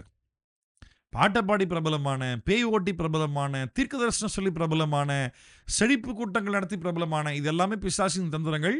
தேவராஜ்யத்தில் பிரபலம்னு ஒரு வார்த்தை கிடையவே கிடையாது. பிரபலம்ன்ற ஒரு காரியம் கிறிஸ்தவத்தில் இல்லை. பைபிள்ல யாராவது ஒருத்தர் பிரபலம்னு சொல்ல முடியுமா? இரத்த சாட்சியா செத்தாங்க. இன்னைக்கு ஏதாவது பிரபலங்கள் சாக வாய்ப்பு இருக்கா? சொல்லுங்க. இன்னைக்கு ஊழியக்காரன்ற பேர்ல பிரபலமாய் வலம் வரக்கூடிய ஆட்கள் இரத்த சாட்சியை மறிப்பதற்கு வாய்ப்பு இருக்கா? சொல்லுங்க. அவனை அரெஸ்டே பண்ண முடியாது. ஏன்னா அவனுக்கு ஏகப்பட்ட மக்கள் சப்போர்ட் இருக்கும். ஜெயிலுக்குள்ள போகாம முன்ஜாமீனே வாங்காம ஈஸியா வெளியே வந்துருவான். ரைட்டா? இரத்த சாட்சியெல்லாம் மறிக்கிறதுலாம் வாய்ப்பே கிடையாது. இயேசு சீஷர்கள்கிட்ட என்ன சொன்னார்? பரிசுத்த ஆவி உங்களிடத்தில் வரும்பொழுது நீங்கள் பலனடைந்து சாட்சியா இருப்ப. எங்க சாட்சியா இருப்ப? உன் வீட்டில் நீ சாட்சியா இருப்ப. உன் மனைவி கிட்ட நீ சாட்சி பெற்றிருப்ப. உன் புருஷன் உன்கிட்ட நீ சாட்சி பெற்றிருப்ப. உன் பிள்ளைகள் உன்னை போற்றுவார்கள். வசனம் தானே சொல்லுது, உன் பிள்ளைகள் உன்னை போற்றுவார்கள் இல்ல? ஆமா. அப்புறம் உன்னுடைய சகோதர சகோதரிகள் ரட்சிக்கப்படலனாலும், பா அவர் இயேசு ஏத்துக்கிட்டாரு, நான்லாம் அதுக்குள்ள வரலப்பா, ஆனா அவர் தங்கமான மனுஷன்ப்பா அவர், அந்த வார்த்தை வரணும் உன்னை பத்தி சாட்சி. அப்புறம் சமாரியாவிலும் இருக்கிறதே கேடு கெட்டவன் பூமியில் இருப்பான் பாரு, அவன் கூட உன்னை பார்த்தா நல்லவன் சொல்லணும். நல்ல மனுஷன்ப்பா அவர், தங்கமான மனுஷன்ப்பா. பூமியின் கடைசி பரியந்தமும் எனக்கு சாட்சிகளாய் இருப்பீர்கள் என்றார். தொடர்ந்து வாசிக்கலாம். இவைகளை அவர் சொன்ன பின்பு அவர்கள் பார்த்து கொண்டிருக்கையில் உயர எடுத்துக்கொள்ளப்பட்டார்கள். அவர் கண்களுக்கு மறைவாக ஒரு மேகம் அவரை எடுத்துக்கொண்டது. இதெல்லாம் இயேசு சொன்னாரா? சொல்லிட்ட பிறகு அவர் மேலே எடுத்துக்கொள்ளப்பட்டார். எடுத்துக்கொள்ளப்பட்ட பிறகு இவங்க ஆணு வாயை பொழுது வானத்தை பார்த்துட்டு நிற்கிறாங்க. ஒரு மேகம் வந்தது, அவரை மேலே கொண்டு போயிருச்சு. அப்புறம் என்னாச்சு? அவர் போகிற போது அவர்கள் வானத்தை அண்ணார்ந்து பார்த்து கொண்டிருக்கையில் இதோ வெண்மையான வஸ்திரம் தரித்தவர்கள் 2 பேர் அவர்கள் அருகே நின்று, கலிலேயராகிய மனுஷரே, நீங்கள் ஏன் வானத்தை அண்ணார்ந்து பார்த்து நிற்கிறீர்கள்? உங்களிடத்தினின்று வானத்துக்கு எடுத்துக்கொள்ளப்பட்ட இந்த இயேசுவானவர் எப்படி உங்கள் கண்களுக்கு முன்பாக வானத்துக்கு எழுந்தருளி போனாரோ அப்படியே மறுபடியும் வருவார் என்றார்கள். அதுக்கப்புறம் அவங்களுக்கு என்ன புரிஞ்சதுன்னா, அவங்க சொன்னதாக லூக்கா எழுதல. எனக்கு எடுத்து புரியுது. ஐயோ ராஜன் தரப்பு ஒருன்ட்டு போயிட்டாரே அப்படியா, ஐயோ என்னப்பா, நிறைய அற்புதங்கள் பண்ணாரு, ஆனா இப்படி மேலே ஏறி போனது நாங்கள் பார்த்ததில்ல. மேலே போறாரு, ஐயோ மேகம் வர தூக்கிட்டு போயிடுச்சு, ஐயோ என்ன உமத்தலன்னு பார்த்துட்டு இருக்காங்க. இவனுக்கு என்ன கவலை இருந்திருக்கும்னு நினைக்கிறீங்க? ஐயோ ராஜ்யத்தை தருவேன்ட்டு தராமே போயிட்டாரு, அது பிதா தருவாரா, அது உனக்கு தேவையில்லை அப்படின்ட்டு போயிட்டாரு. இப்போ ராஜ்யம் தருவாரா தரமாட்டாரா, போயிட்டாரு அப்படின்றப்போ இங்கே தேவதூதன் சொல்றான், அவர் எப்படி போனாரோ அதே மாதிரி ஆமாம் அவரு வரல சொல்லிட்டு போய்கிறாரு, வருவார். அப்போ வந்த பிறகு கண்டிப்பாக என்ன பண்ணுவார்? ராஜ்யத்தை இஸ்ரவேல் நமக்கு சொந்தமா, நம்ம யாரும் அடிமையாக இல்லாமல், அப்படிதான் யோசிச்சிருப்பாங்க. ஏன்னா அந்த மேலே இருந்து வாசிக்கும் அப்படிதான் இருக்கு. இதெல்லாம் காரணம் என்ன தெரியுமா? இன்னும் அவர்கள் பரிசுத்த ஆவியில் நடத்தப்படலை. அதுதான் பாயிண்ட். அதுக்காக தான் இயேசு பரிசுத்த ஆவியானவருக்கு இவ்வளோ இம்பார்ட்டன்ஸ் கொடுத்து பேசுறாரு. சரிங்களா? இன்னைக்கு பரிசுத்த ஆவியானவருக்கு முக்கியத்துவம் கொடுத்து பேசுகிற ஆட்கள் ரொம்ப கம்மி, ரொம்ப ரொம்ப கம்மி. ஆவியானவருக்கு முக்கியத்துவம் கொடுத்து வாழ்கிற வாழ்க்கை ரொம்ப ரொம்ப அவசியம். அதை ஒருபோதும் மறக்காதீங்க. ரொம்ப it's very important to give importance to the Holy Spirit, to be led by the Holy Spirit. பரிசுத்த ஆவியினால் நடத்தப்படுவதற்காக பரிசுத்த ஆவியானவருக்கு முக்கியத்துவம் கொடுத்து வாழ்வது ரொம்ப ரொம்ப முக்கியம். அதை மறந்துடாதீங்க. சரியா? நம்ம பழகிட்டோன்ற பேரில் ஒரு மாதிரி டல் ஆகிடக்கூடாது. சம்டைம்ஸ் நான் ஜோம் பண்ணி பழகியாச்சு. இப்போ பைபிள் ஸ்டடி ஸ்டார்ட் பண்ணுறோம், ஜோம் பண்ணுங்க, பாஸ்ட்டுக்காக ஜெபிக்கிறோம், சபைக்காக ஜெபிக்கிறோம், ஆண்டவரே நீங்கள் பேசுங்க. சரி, வேற என்ன தான் ஜெபிக்க போகிற சொல்லு? ஆவியானவர் நீங்கள் பேசுங்க, எங்களோட பேசுங்க, புரியணும். ஆண்டவரே நீங்கள் பேசுங்க, புரியணும். என் மனக்கண்களை திறந்துடலைங்க, புத்தியை திறந்துடலைங்க, ஞானத்தை தாங்க, சத்தியங்கள் புரியணும், நாங்கள் இன்னும் அதிகமாக வளரணும். ஜோம் பண்ணியாச்சு. அடுத்த வாரம் திருப்பி அதுதான், அடுத்த வாரம் திருப்பி அதுதான். ஒருவேளை டெய்லி பைபிள் ஸ்டடி வச்சா டெய்லியும் சோர்ந்தே போவாதன்ற நான். இதுதான் ஜெபம், இப்படித்தான் ஜெபிக்கணும், இதுதான் கேட்கணும். நம்மளை என்கரேஜ் பண்ணிக்கிறதுக்காக நமக்கு டிஃப்ரெண்ட்டாக வேணும், நமக்கு ஒரு ஆக்டிவாக இருக்கணும், நமக்கு ஒரு டிஃப்ரென்ஸ் தேவை, நமக்கு ஒரு உற்சாகமாக இருக்கணுன்ற காரணத்துக்காக நீ ஜெபத்தை மாற்ற முடியாது. வீடுத்தா, பங்களாத்தா, காருத்தா, அவனத்தா, இவனத்தா, இதுத்தா, அதைத்தா, எதையுமே தேவையில்லை. எனக்கு இயேசு வேணும், இயேசு அறிகிற அறிவு வேணும். அதுதான் ஜெபம். இந்த ஜெபத்தை ரிப்பீட்டடாக பண்ண போகிறோம். சோர்ந்தே போகாத. ஆமாம், இதே வார்த்தை, இதே சத்தியம், இதே இயேசு, இதே பைபிள், நீ சாகிற வரைக்கும் இதுதான். கர்த்தருடைய காரியத்தில் மாத்திரம் சோர்ந்தே போயிடாதீங்க. பரிசுத்த ஆவியானவர்னு சொல்கிற விஷயத்தில் சோர்ந்தே போயிடாதீங்க. ஆவியின்படி நடத்தப்படுவதில் சோர்ந்தே போயிடாது. ஒவ்வொரு நாளும் ஒவ்வொரு நொடியும் ஆவியானவர் வழிநடத்தக்கூடிய அந்த சிந்தனை உனக்குள்ள கண்டிப்பாக இருக்கணும். சோர்ந்தே போவாத. தொடர்ந்து வாசிக்கலாம். அப்பொழுது அவர்கள் எருசலேமுக்கு சமீபமாய் ஒரு ஓய்வு நாள் பிரயாண தூரத்தில் இருக்கிற ஒலிவு மலை என்னப்பட்ட மலையிலிருந்து எருசலேமுக்கு திரும்பி போனார்கள். பைபிளில் சொல்லப்பட்டிருக்க எல்லா இன்ஃபர்மேஷனும் கரெக்ட் அப்படின்றது எனக்கு 100% தெரியும். நான் இன்றைக்கி வேறு உடனே இதை உட்காந்து செக் பண்ணி பார்த்தேன். எவ்வளோ தூரம் போனாங்களாம்? ஒலிவு மலை என்னப்பட்ட மலையிலிருந்து எருசலேமுக்கு திரும்பி போனாங்க. இதெல்லாமே ஒலிவு மலையில் நடக்குது. இயேசு எடுத்துக்கொள்ளப்படக்கூடிய அந்த கடைசி சம்பவம் ஒலிவு மலையில் நடக்குது. எருசலேம் மட்டும் கொஞ்சம் தூரம் இருக்குது. சரியா? இப்போ எவ்வளோ தூரம் இருக்குது அப்படின்னா என்ன சொல்லப்பட்டிருக்கு? ஒரு ஓய்வு நாள் பிரயாண தூரம். ஓய்வு நாள் என்னது? ஒரு நாள். எல்லா நாளையும் போல் ஓய்வு நாள் என்பது ஒரு நாள். ஒரு நாள் எத்தனை மணி நேரம்? நம்ம வழக்கத்தின்படி பார்த்தா 24 மணி நேரம். ஒரு சில பேர் யூதர்கள் எப்படி கணக்கு பண்ணாங்கன்னு பார்த்தா 20 மணி நேரம் தான் கணக்கு பண்ணாங்கன்னு ஒரு சில பேர் சொல்கிறாங்க. என்னென்ன இருந்துட்டு போட்டோம். ஒலிவு மலையிலிருந்து எருசலேம் போகிறதுக்கு ஒரு நாள் 24 ஹவர்ஸ் ஆகுமா? 20 ஹவர்ஸ் ஆகுமா? இல்லை ஒரு பகல் வேலைன்னு எடுத்தால் கூட 12 மணி நேரம் ஆகுமா? இது என்ன கணக்குன்னு சொல்லி பார்த்தா இது ஆக்சுவலாக என்ன மீனிங் தெரியுமா? ஒரு ஓய்வு நாள் பிரயாணம் பண்ணுகிற தூரம் அப்படின்னா ஓய்வு நாளில் பிரயாணம் பண்ணலாமா? முதல்ல சொல்லுங்க. ஓய்வு நாள் பிரயாணம் பண்ணலாமா? பண்ணக்கூடாது. அப்படின்னு என்ன அர்த்தம்? வீட்டில் ஒரு அடி எடுத்து வைக்காம உட்கார்ந்த இடத்துல 24 மணி நேரம் உட்கார முடியுமா ஒரு இடத்துல? வீட்டுக்குள்ளே கண்டிப்பாக நடந்துக்குவாங்க. வீட்டுக்குள்ளே நடப்பாங்க, போவாங்க, வருவாங்க, உட்காருவாங்க, எல்லாம் பண்ணுவாங்க. ஓய்வு நாள் அன்னைக்கு ஒரு குறிப்பிட்ட தூரம் நடப்பதற்கு அனுமதி உண்டு. எவ்வளோ தூரம் அப்படின்னா நான் திருப்பி திருப்பி தேடி ஆராய்ச்சி பண்ணி படித்து பார்த்தேன்.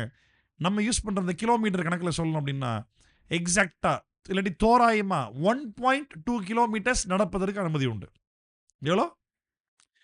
1.2 கிலோமீட்டர். 1 கிலோமீட்டரும் 200 சில்லரை மீட்டர் தோராயமாக. அரை மைல் தூரம். அரை மைல்ன்றது நம்ம கணக்கில் 800 மீட்டர்ஸ் தான் வருது.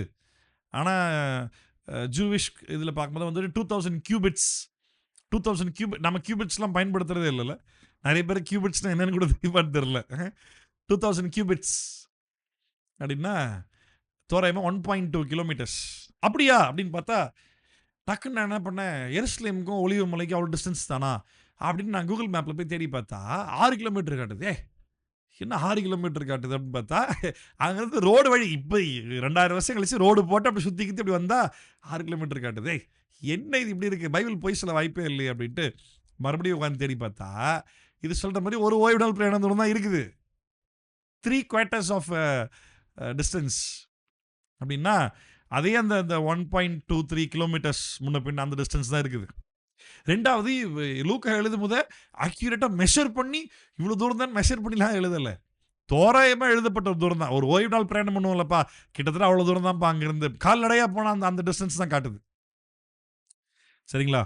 பைபிள்ல இருக்கிற நான் இது படிக்கும்போது ரொம்ப சந்தோஷமா இருந்துச்சு. பாரேன். ஒரு சாதாரண இன்ஃபர்மேஷன் கூட இவ்வளோ தெளிவா பைபிள்ல போடப்பட்டிருக்குல்ல. ஆமா. அப்போ மலையிலிருந்து எருசலேமுக்கு திரும்பி போனார்கள்.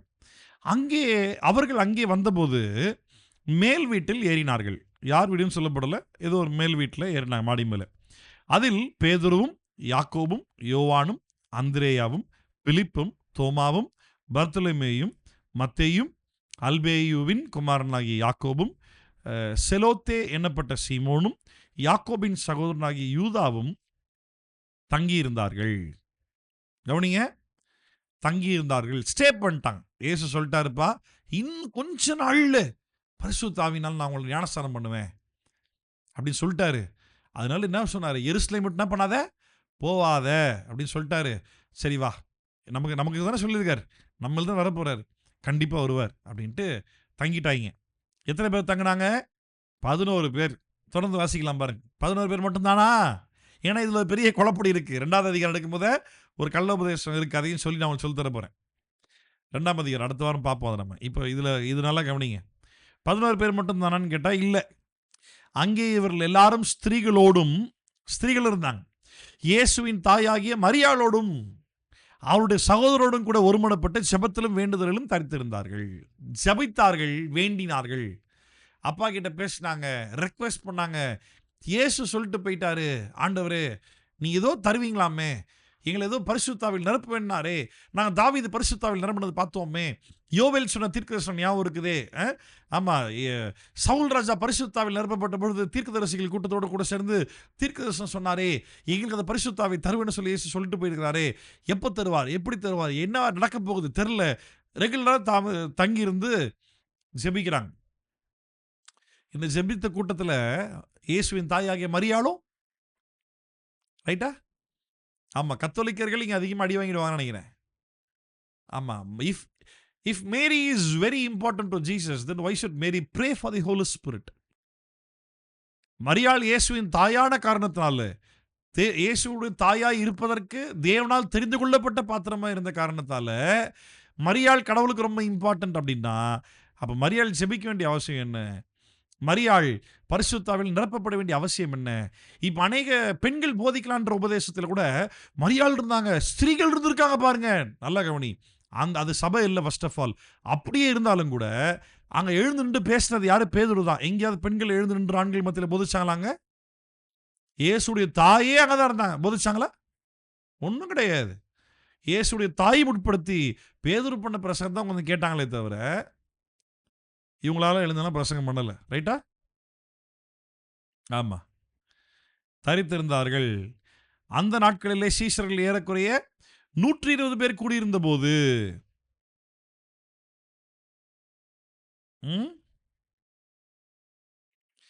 during this time when about 120 believers were together in one place.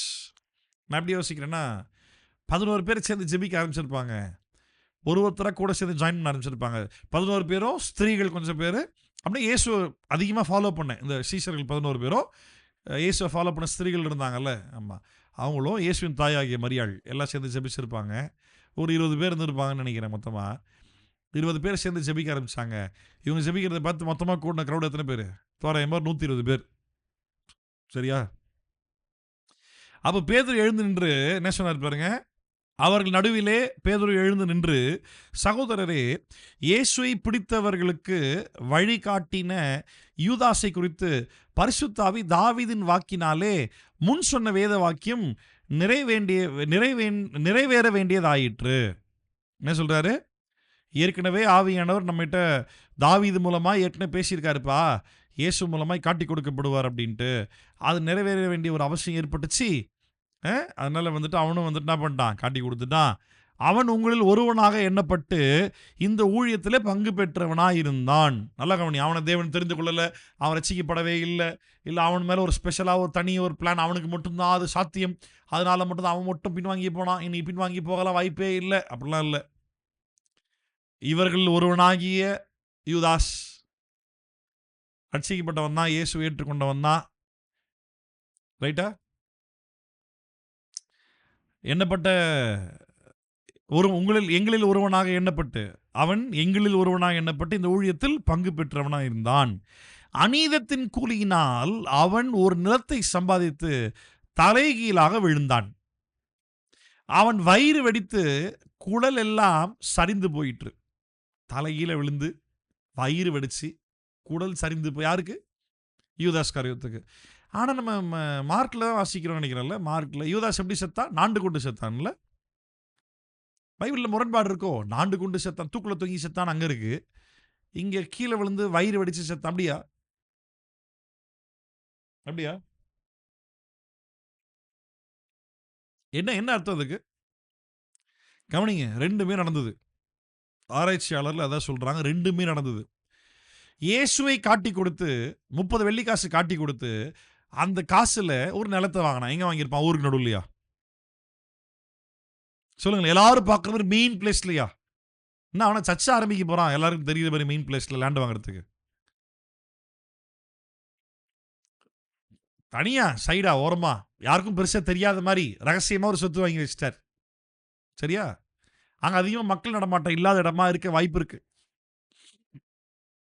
மக்கள் நடமாட்டம் அதிகமா இல்லாத இடமா இருக்க வாய்ப்பு இருக்கு. இயேசுவை காட்டி கொடுத்தான். அந்த நிலத்துல போய் ஒரு மரத்துல தூக்குல போட்டு தொங்கிட்டான். அவன் தூக்குல தொங்கணும் நிறைய பேர் பார்த்துருக்கவே மாட்டாங்க. அதிகமான ஆள் நடமாட்டம் இல்லாத இடம். ஒரு குறிப்பிட்ட பாயிண்ட்டுக்கு மேல பாடி வெயிட் அதிகமாக ஆரம்பிக்கும். பாடி கெட்டு போக ஆரம்பிக்கும். கழுத்துல கட்டின கயிறு தாங்கி நிக்காது, தெரியுமா? கழுத்து உடைஞ்சிரும். அதனால கழுத்தை விட்டு கட்டாயி பாடி கீழே விழுகாது. சரியா? வெயிட் தாங்க முடியாம பிரான்ச் உடைஞ்சிருக்கும். பாடி வெயிட் அதிகமாக வெயிட் தாங்காம அந்த பிரான்ச் உடைஞ்சு கீழே விழுந்திருக்கும். உங்களுக்கு யாருக்காவது தெரியுமான்னு தெரியல, இறந்து போன ஒரு மனிதரை பெட்டிக்குள்ள வச்சு அடக்கம் பண்ணிட்ட பிறகு அந்த பாடியில முதல் வெடிக்கிறது வயிறு தான். தெரியுமா? தெரியுமா? கேஸ் ஃபார்ம் ஆகி வயிறு வெடிச்சிடும். முதல்ல வெடிச்சு குடல் ஓப்பன் ஆயிடும். முதல்ல அவன் பாடி கெட்டு போற ஸ்டேஜில் இருந்திருக்கும். கீழே விழுந்ததுல வயிறு வெடிச்சு குடல் சிதறி செத்தான். புரியுதா? ரெண்டுமே நடந்தது. அங்க வந்து தூக்குல செத்தான் இருக்கு, இங்க வயிறு வெடிச்சு செத்தான் இருக்கு. உடனே இது வயிறு வெடிச்சு செத்தான்றதுக்கு நீங்க வேற மீனிங் கொடுக்க முடியாது. சரியா? இதுதான் நடந்ததுதான். குடல் எல்லாம் சரிந்து போயிட்டு.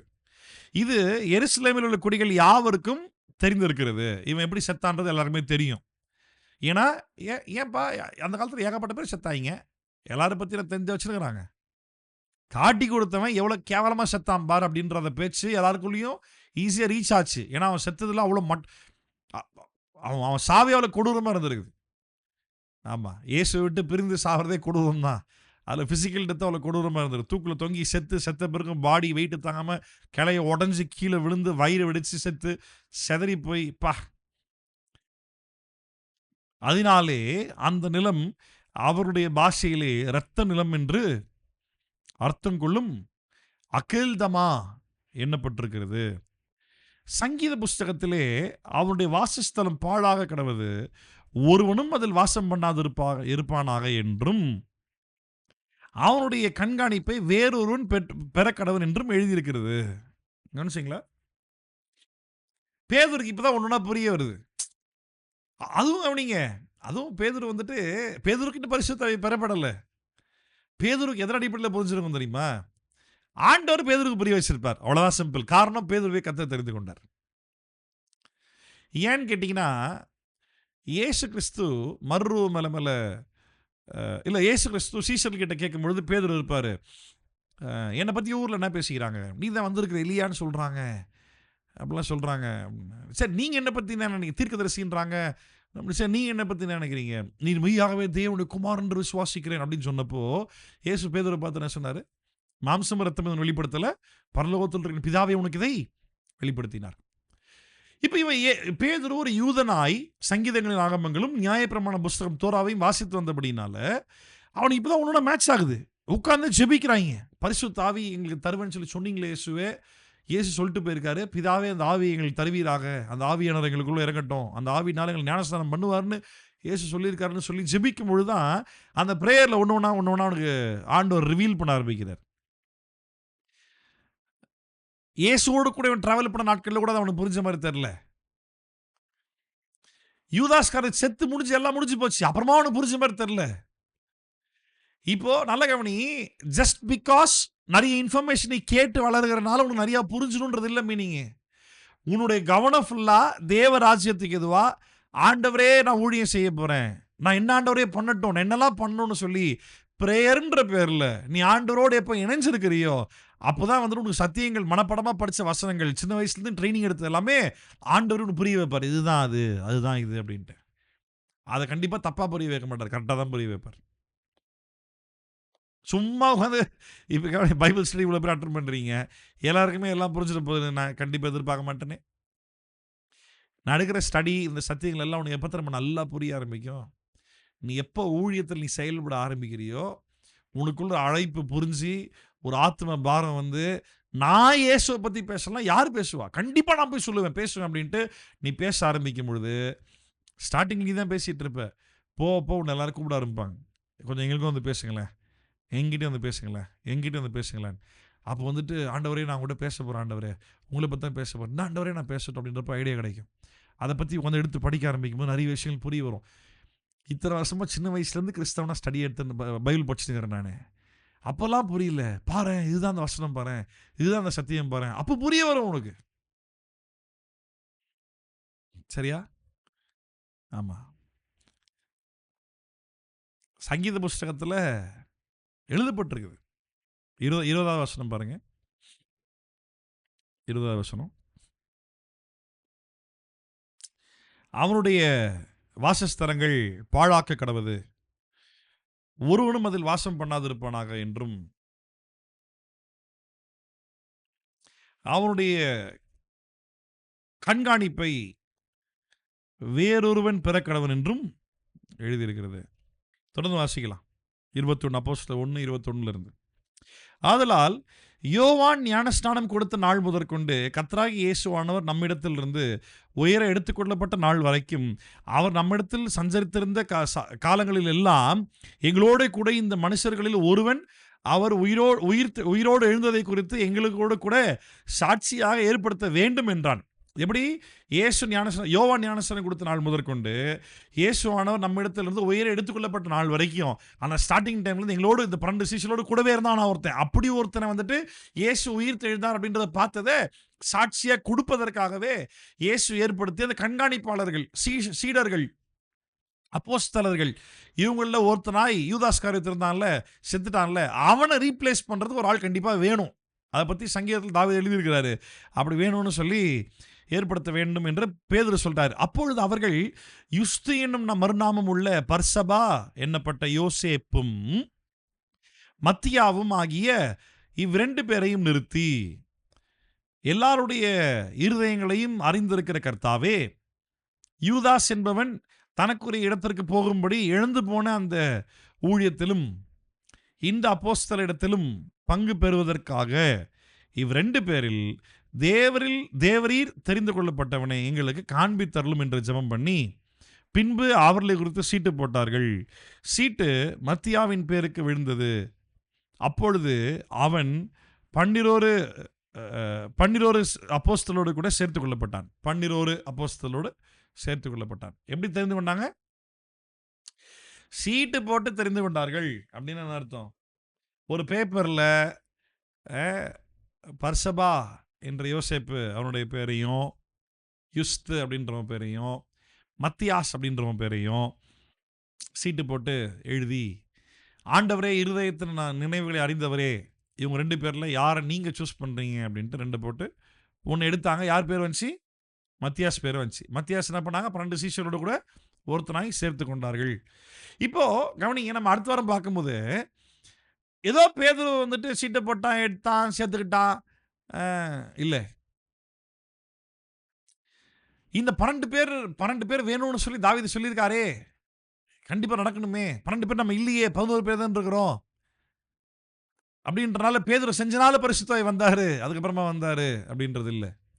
இதனால கவனிங்க, மனிதனுடைய யோசனைகள், அவன் அதை யோசனை சார்ந்து அவன் செய்யக்கூடிய கிரியைகள், அதில் தேவன் வைத்திருக்க திட்டங்கள், இது எல்லாமே பர்ஃபெக்ட் டைமிங்கில் மேட்ச் ஆகிட்டே வரும். காட்ஸ் வில் இருந்ததுன்னா, பெந்தேகோஸ்து நாளுக்காக இவன் காத்திருக்கிறதுக்கும் அதில் ஒரு ஆள் குறைவாக இருக்கிறான். அவன் இருந்தால் தான் 12 அப்போஸ்தலர்கள் வேணும். 12 அப்போஸ்தலர்கள் தலைமைத்துவத்தில் தான் ஊழியம் நடக்கும். அப்போ தான் ஆவியானவர் அவன் மேல் இறங்கி வருவார். இதை பேதுருக்கு புரிய வைக்கவும், இவங்க சூஸ் பண்ணவும், அந்த சூஸ் பண்ணுற நாட்கள் அந்த டைம் டேட்டில் நடந்து கரெக்டாக பெந்தேகோஸ்து நாள் வரவும் எல்லாம் ஒன்றா மேட்ச் ஆகுது. சரி, இப்போ இந்த மாதிரி பண்ணால்தான் அந்த பெந்தேகோஸ்து நாள் நீ பரிசுத்த ஆவி வந்தாரா அப்படின்னா இல்லை. பெந்தேகோஸ்து நாள் அன்று பரிசுத்த ஆவி வருவாருன்னு சொல்லி இயேசு சொன்னாரா? அதுவும் இல்லை, சொல்லலை. என்ன விஷயம் தெரியுமா? யூதர்களுடைய வழக்கத்தின்படி பஸ்கா பண்டிகைக்காக எல்லாம் வருவாங்க. பஸ்கா பண்டிகை 50 நாள் கொண்டாடுவாங்க. 50வது நாள் தான் பென்டா அப்படின்னு சொல்லுவாங்க. பென்டா காஸ்டல் டே அப்படின்னு சொல்லி ரோமன் லாங்குவேஜில் சொல்லுவாங்க. 50வது நாளோடு பெந்தேகோஸ்து நாளோடு பஸ்கா பண்டிகை முடியுது. கிளம்பி வீட்டுக்கு போயிடுவாங்க. இவங்க எப்போ முடியுதுன்னு இவன் நினைக்கிறானோ அந்த நாள் தான் இயேசு ஸ்டார்ட் பண்றார். பெந்தேகோஸ்து நாள் அன்று பரிசுத்த ஆவியை கொடுத்து இவங்க முடியுதுன்னு நினைக்கிற இடத்துல தான் இயேசு ஸ்டார்ட்டே பண்றார். அப்போ அந்த ஊழியம் ஸ்டார்ட் பண்றதுக்கு 12 சீசன்கள் கண்டிப்பா வேணும். அதுல ஒருத்தன் பின்வாங்கி போயிட்டான். அவன் விழுந்து போன நிலத்தை எவனும் வாங்கி அதில் வாழ மாட்டானோ, அவன் விட்டுட்டு விழுந்து போன ஊழியத்தினுடைய இடத்துல இன்னொருத்தன் ஸ்தாபிக்கப்படுவான் அப்படின்றதையும் ஏற்கனவே சங்கீதக்காரன் தீர்க்க தரிசனமாய் எழுதி வச்சுட்டார். அப்போ அது நிறைவேறவும், அதை பேதுருக்கு ஆண்டவர் ஞாபகப்படுத்தவும், அதை இவங்க சேர்ந்து செய்யவும், அதை செய்கிற நாட்கள் அப்படியே கடந்து வர பெந்தேகோஸ்து நாள் வரவும், அந்த பெந்தேகோஸ்து நாள் முடிஞ்சுட்டு எல்லாம் வீட்டுக்கு கிளம்பி போகிறாங்கன்ற டைமில் ஆவியானவர் இறங்கி இங்கே தான் நான் ஸ்டார்ட் பண்ண போகிறேன்னு சொல்லி இயேசு அந்த கிரியைகளை திட்டங்களை செய்யவும் பர்ஃபெக்டாக மேட்ச் ஆகுது. அப்போது உன்னுடைய சிந்தனைகளை தேவனுக்கு இடம் கொடுப்பாயானால் உன்னுடைய புத்திக்கு நீயாவே சொந்தமாக யோசிச்சு எட்டியிருக்காது. ஆண்டவருக்கு இடம் கொடுத்தீங்கன்னா உனக்கு அவர் ஞாபகப்படுத்துவார். அப்போ அதெல்லாம் நீ செய்ய ஆரம்பிக்கவும், நீ செய்ய செய்ய செய்ய உன்னை கொண்டு கர்த்தர் ஒரு ஸ்டெப்லையும் ஸ்டெப் பை ஸ்டெப்பாக உன்னை மூவ் பண்ணி கொண்டு போகிறதும் உன் செயல்களும் தேவ திட்டங்களும் பர்ஃபெக்டாக மேட்ச் ஆகும். அங்கே தான் தேவராஜ்யம் வளர ஆரம்பிக்கும். ஆமென். ஆண்டவருக்கு ஒப்பு கொடுங்க. நான் என்ன செய்யணும் ஆண்டுன்னு ஒப்பு கொடுங்க. அது ரொம்ப சிம்பிள். ஆண்டவரோடு கூட இருக்கிற ரிலேஷன்ஷிப்பில் ஆண்டவர் நான் இப்படி பண்ண போகிறேன், இதை பண்ண போகிறேன், இப்படி செய்யலான்னு இருக்கேன், நீங்கள் என்னை கொண்டு என்ன செய்ய போகிறீங்க, நான் என்ன பண்ணணும்னு நீ ப்ரேயரில் இருக்கும்போது அப்படியே ஒரு காரியமாக உனக்குள்ளே ஓடிக்கிட்டே இருக்கும். அப்பா கிட்ட பேசும்போது அப்படியே ஒரு காரியமும் ஞாபகப்படுத்திட்டே இருப்பார். சம்டைம்ஸ் நானே பலமுறை ஜோம் பண்ணும்போது நம்ம எங்கேயோ எதை யோசிச்சுக்கிறோம் பாரு. அதுவும் தப்பு. அப்படி ரொம்ப எங்கேயோ அதை யோசிக்கிறது இல்லை. சம்டைம்ஸ் கர்த்தருடைய வார்த்தையை பற்றி இதுவா அதுவா அப்படி போய்கிட்டே இருக்கும். நீ உட்காந்து நீ பிளான் பண்ணி உட்காரேன். இந்த வசனமா, ஓகே, இந்த வசனம் எங்கே வருது, எங்கே அடுத்து இந்த வசனத்தை பற்றி எங்கே சொல்லப்பட்டிருக்கு, நீயா உட்காந்து யோசி. ஒரே ஒரு படி கூட தாண்டி அதை யோசிக்க முடியாது. ஏதாவது மனப்பாடம் பண்ணியிருந்ததுன்னா அது மனப்பாடத்துலேருந்து வர வாய்ப்பு இருக்குது. ஆனால் ஆண்டரோடு கூட பேசுகிறேன்ற பேரில் ஜெபிக்க உட்காரு. ஆமாம், அவர் சத்தியத்தை அழகாக புரிய வைப்பார். ஒரு படி இல்லை, ஒரு 100 படி ப்ரேயரில் அப்படியே தாட்ஸ் சிந்தனைகள் போய்கிட்டே இருக்கும். நிறைய விஷயங்கள் ஆண்டவனுக்கு புரிய வச்சுட்டே இருப்பார். பேதுருவுடைய இவங்கெல்லாம் ப்ரேயரில் ஒன்றா உட்காரும் பொழுது பேதுருவுக்கு ஆண்டவர் ஞாபகப்படுத்துறாரு, நம்ம ஒரு விஷயம் மிஸ் பண்ணிட்டோம் பாரு. சரி, இவங்க சீட்டு போட்டு சூஸ் பண்ணாங்களே, இதில் பெரிய ஒரு பிரச்சனை இருக்குது தெரியுமா? சொல்ல போனால் அப்போஸ்தலனாகிய பவுல் தான் அந்த 12வது அப்போஸ்தலனாக வந்திருக்கணும் அப்படின்னு சொல்லி பெரிய கூட்டம் சண்டை போட்டுக்கிட்டு இருக்குது கிறிஸ்தவத்தில். இன்றைக்கும் அதை நம்புகிற ஆட்கள் இருக்கிறாங்க. அதுக்கு நிறைய காரணங்கள் சொல்கிறாங்க. இருந்துட்டு போதும், முடிஞ்சு போன காரியம். 12 பேரில் மத்தியாசம் சீட்டு போட்டு எடுத்துருக்கவே கூடாது. சீட்டு போட்டு எடுப்பான், இவனா ஒரு விசுவாசியா. இவங்களுக்கு ஏன் அதெல்லாம் புரியல தெரியுமா? இவங்க ஆவியில் ஏவப்பட்டு இவங்க எதுவுமே சரியாக செய்யலை. இதே அப்போஸ்தலரில் இவங்க பரிசுத்த ஆவியை பெற்ற பிறகு ஊழியம் செய்யும்போது 6ஆம் அதிகாரத்தில் கிரேக்க விதவைகள் விசாரிக்கப்படவில்லை என்று சொல்லி ஒரு 7 பேரை சூஸ் பண்ணுறாங்கல்ல. சீட்டு போட்ட சூஸ் பண்ணாங்க இல்லைல்ல? பரிசுத்த ஆவியில் ஏவப்பட்டு அழகாக டிசைட் பண்ணுறாங்கல்ல. இங்கே பரிசுத்த ஆவி கொடுக்கப்படலை. ஸோ அவங்க வழக்கத்தின்படி அவங்க செய்கிறாங்க. ஆனால் வழக்கத்தை சார்ந்து இல்லை, தெளிவாக பேதுரு ஜெபம் பண்ணுறாரு. எங்கள் இருதயங்களே நன்றாக நீங்கள் அறிந்திருக்கிறீங்க ஆண்டவர், எங்களுக்கு என்ன பண்ணுறதுன்னு தெரில. நீங்கள் பரிசுத்த ஆவி தருவேன்னு சொல்லியிருக்கீங்க, இப்போ எங்கள் என்ன பண்ணுறதுன்னு தெரில. ஸோ எங்கள் வழக்கத்தைப்படி சீட்டு போடுறோம், நீங்களே டிசைட் பண்ணுங்க ஆண்டவர் அப்படின்னு திருப்பி ஆண்டவர் தான் டிபெண்ட் பண்ணியிருக்கிறாங்க. இன்னைக்கு இதை பார்த்துன்னு நம்ம நாட்டில் இன்னைக்கு வந்து சீட்டு போட்டுறாங்க தெரியுமா? எத்தனை கிறிஸ்தவ சீட்டு போட்டுறாங்க தெரியுமா? நான் ஃபாரின் போக தேவ சித்தமானால் ஆம் அப்படின்னு ஒன்றுத்தில், நான் ஃபாரின் போக தேவ சித்தம் என்ற இல்லை என்றால் இல்லை அப்படின்னு போட்டு ரெண்டுத்தையும் முடிச்சுட்டு ஆண்டவரே எனக்கு ஃபாரின் போகணுன்னு தான் இருக்கும். சரியா, பயங்கரமாக ஜோ மட்டும் சீட்டை போட்டு எடுப்பான். நோன் இருக்கும், ஐயோ இல்லை நம்ம போட்டுருக்கூடாதோ எடுத்துருக்கூடாதோ. டக்குன்னு சீட்டு போட்டதை பற்றி பைபிள்லேருந்து வேற ஒரு சம்பவம் ஞாபகம் வரும். பைபிளில் வேற என்ன ஞாபகம் இருக்கா? சீட்டு போட்டு காரியம் பண்ண மாதிரி ஞாபகம் இருக்காது? யோனா தீர்க்கதரிசியோட சம்பவத்துல நம்மளுக்கு டக்குன்னு ஞாபகம் வரும். ஒரு குட்டி புள்ள வச்சு தான் எடுக்கணும். அதுதான் குழந்தைங்கள சார். உடனே ஒரு சீட்டு போட்டு கரெக்ட்டா வரலன்னா, உடனே வீட்ல குட்டி நீ வந்து எடு. அதுவும் எடுத்து இல்லன்னு வந்துரும். ம். தப்பா எடுத்துரும். சரி சரியில்ல போ. மறுபடியும் அப்படி ஆம்ன்னு வரணும். அது வரைக்கும் இவன் விருப்பத்த நிறைவேத்துற வரைக்கும் விடவே மாட்டாய்ங்க. நம்ம இன்னைக்கு சீட்டு போடலாமா? ஆமாவா? இல்லையான்னு ஒரு விஷயம் தெரிஞ்சுக்கிறதுக்காக சீட்டு போட்டு எடுக்கலாமா? எடுக்கக்கூடாது. அப்ப எப்படி உங்க வாழ்க்கையில ஒரு விஷயத்த எஸ்ஸா, நோவான்னு எப்படி டிசைட் பண்ணுவீங்க? எப்படி டிசைட் பண்ணுவீங்க? பரிசுத்த ஆவியானவருடைய வழிநடத்தலோடு, கர்த்தருடைய வார்த்தையில் இருக்கக்கூடிய வசனத்தோடு தான் நீங்க உங்க வாழ்க்கையில ஒரு காரியத்தை தீர்மானிக்க வேண்டும். சரியா?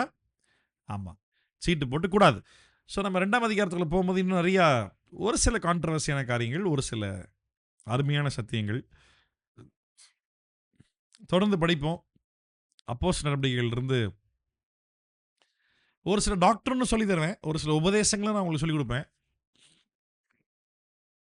ஒரு சில உபதேசங்களும் சொல்லிக் குடுப்பேன். ஏன்னா நம்ம இதிலிருந்து என்ன பண்ண போறோம்? சீஷர்கள் எப்படிலாம் பாடுகள் மத்தியில ஊழியம் பண்ணாங்க. அத கம்பேர் பண்ணி உங்க லைஃப்ப கொஞ்சம் கம்பேர் பண்ணி பாரேன். நம்ம என்ன பாடுபட்டோம் இயேசுவுக்காக? ஊழியம் பண்ணி என்ன பிரச்சனை? கரெக்ட்டா சொல்லுங்க. ஊழியம் பண்ணனால இந்த பிரச்சனை நான் ஃபேஸ் பண்ணேன் பாஸ்டர். எதனா 1 சொல்ல முடியுமா? 1 ஊழியம் பண்ணேன் பாஸ்டர். அதனால இப்படி இவ்ளோ பிரச்சனை. அந்த ஊழியத்தினால நான் இவ்ளோ பிரச்சனை ஃபேஸ் பண்றேன். சொல்லு. ஏன்னா அப்படி எதுவும் பிரச்சனை ஃபேஸ் பண்ணது இல்ல. முதல் ஆன்சர். அப்படி பிரச்சனை ஃபேஸ் பண்ணவன் ஆன்சர் சொல்றது இப்ப இங்க இல்ல. ஏன்னா அந்த ஒரு பிரச்சனையோட அவன் ஊழியத்த விட்டே ஓட்டான். ரைட்டா? ஆமா. ஆண்டவருக்காக என்ன 2வது நம்ம வாழ்ற காலம் அந்த மாரி ஒரு காலகட்டம். அப்படி ஒண்ணும் சீஷர்கள் வாழ்ந்த காலம் மாரி நம்ம காலத்துல ஒண்ணும் பிரச்சனை வந்துராது. ஏன்னா, ராஜாக்கள் காலத்துல இல்ல, நம்ம கவர்ன்மென்ட் காலத்துல இருக்கிறோம். மனித உரிமை, சமமான உரிமை. சொல்லப்போனா நம்மலாம் ஈஸியா காஸ்பல் சொல்லலாம். அந்த அளவுக்கு ஒரு கம்ஃபர்டபுளான ஒரு ஒரு நாட்கள்ல தான் வாழ்ந்துட்டு இருக்கிறோம். கடைசி காலத்துடைய உபத்திரவங்கள் இன்னும் வரல என்ன பொறுத்தவரைக்கும். ஏதோ ஒண்ணு சின்ன சின்னது அங்கங்க நடந்துட்டு இருக்குது. கர்நாடகால திடீர்னு ஒரு குறிப்பிட்ட வருஷத்துல சபையில அடிச்சு, உடைச்சு, எரிச்சு பிரச்சனை பண்ணாய்ங்க பாரு அது ஒண்ணு. அந்த மிசோராம்ல அங்க வந்துட்டு அந்த 2 ட்ரைபல் பிரச்சனைகளுக்கு மத்தியில, அது கேப்ல கிறிஸ்டியன்ஸ் அடிச்சு சபைய உடைச்சு எல்லாம் பண்ணாய்ங்க பாரு அது. ரொம்ப வருஷத்துக்கு முன்னாடி கிரஹாம் ஸ்டெயின்ஸ் ஹாஸ்டல்ல எரிச்சுட்டாங்க பாரு. பீகார்ல அந்த மாரி, ஒரிசால அந்த மாரி அங்கங்க ஒண்ணு தான் இருக்கு. இஸ்ரவேல் நாட்ல யூதர்கள் நாட்கள் சீஷர்கள் நாட்கள்ல தொடர் உபத்திரவம் இருந்தது பாரு. இயேசுவ ஃபாலோ பண்றேன்னு சொல்லவே முடியாது வெளிய. சொல்லவே முடியாத நாட்கள்லயும் இவங்க இயேசுவுக்காக அப்படி ஊழியம் பண்ணியிருக்காங்க. அந்த மாரி கஷ்டங்கள் நம்ம படலல்ல? அப்போ யோசிச்சு பாரு. நம்மலாம் வந்துட்டு ஆண்டவருக்காக இன்னும் அதிகமா செயல்படணும். நம்ம இயேசுவ பத்தி பேசுறது ஒரு மாரி வெட்கமா நெனைக்கிறோம். இத சொன்னா நம்ம எப்படி நினைப்பாங்க அவங்க நம்மள பத்தி? என்ன கழுதையோ என்னவோ நெனச்சுட்டு போட்டு, உன்ன பத்தி அப்படியே அவன் நல்லவனா யோசிச்சு என்ன சாதிச்சிட போற? ஓ! என்னன்னா யோசிச்சுக்கோ. இயேசு தான். ஏன் சொல்ல வாய் வர மாட்டேங்குது? ஏன்னா ஆத்தும பாரம் இல்ல. நம்ம செத்தோம். எங்க பாஸ்டர் வேற ரட்சிப்பு இழக்க முடியாது. சத்தியமா நீ பரலோகம் போயிடுவ. ஏன்னா ஒரு வாக்கு பண்ணியிருக்கிறாருன்னு அழகா சொல்லிக் குடுத்துட்டாரு. அப்புறம் என்ன? அப்படியே தெனாவட்டா வாழ்ந்தோமா, அ அப்படியே 4 ஃப்ரெண்ட்ஸ பார்த்தோமா, கடையில போய் டீ குடிச்சோமா, அப்படியே 2 கடையில பீஃப் சாப்பிட்டோமா, வேலைக்கு போனோமா, சம்பாதிச்சோமா, ஸ்கூலுக்கு போனோமா, பசங்க கூட ஜாலியா ஆட்டம் போட்டோமா, 2 ஜோக்ஸ் சொன்னோமா, 2 காமெடி சொன்னோமா, 2 கமெண்ட் அடிச்சோமா, சண்டே ஆனா சர்ச்சில போய் நல்ல பிள்ளைங்க மேல அப்படியே ஆண்டவர ஆராதிச்சு பாட்டு பாடி, அத தாண்டி நம்ம பண்ற ஊழியம்னு சொன்னா ஸ்டேட்டஸ்ல 2 செய்தி வைப்போம். அ அவ்வளோதான் நம்ம ஊழியம். முடிஞ்சிச்சு அதோட. ம். இது எல்லாத்தையும் தாண்டி எங்களுக்கும் சத்தியம் தெரியும் அப்படின்னு காட்டிக்கிறோமே தவிர, இயேசுடைய உபதேசத்தையும் அவர் செய்ததையும் சீஷர்கள் உபதேசித்தார்கள், செய்தார்கள். நம்ம செய்றோமா?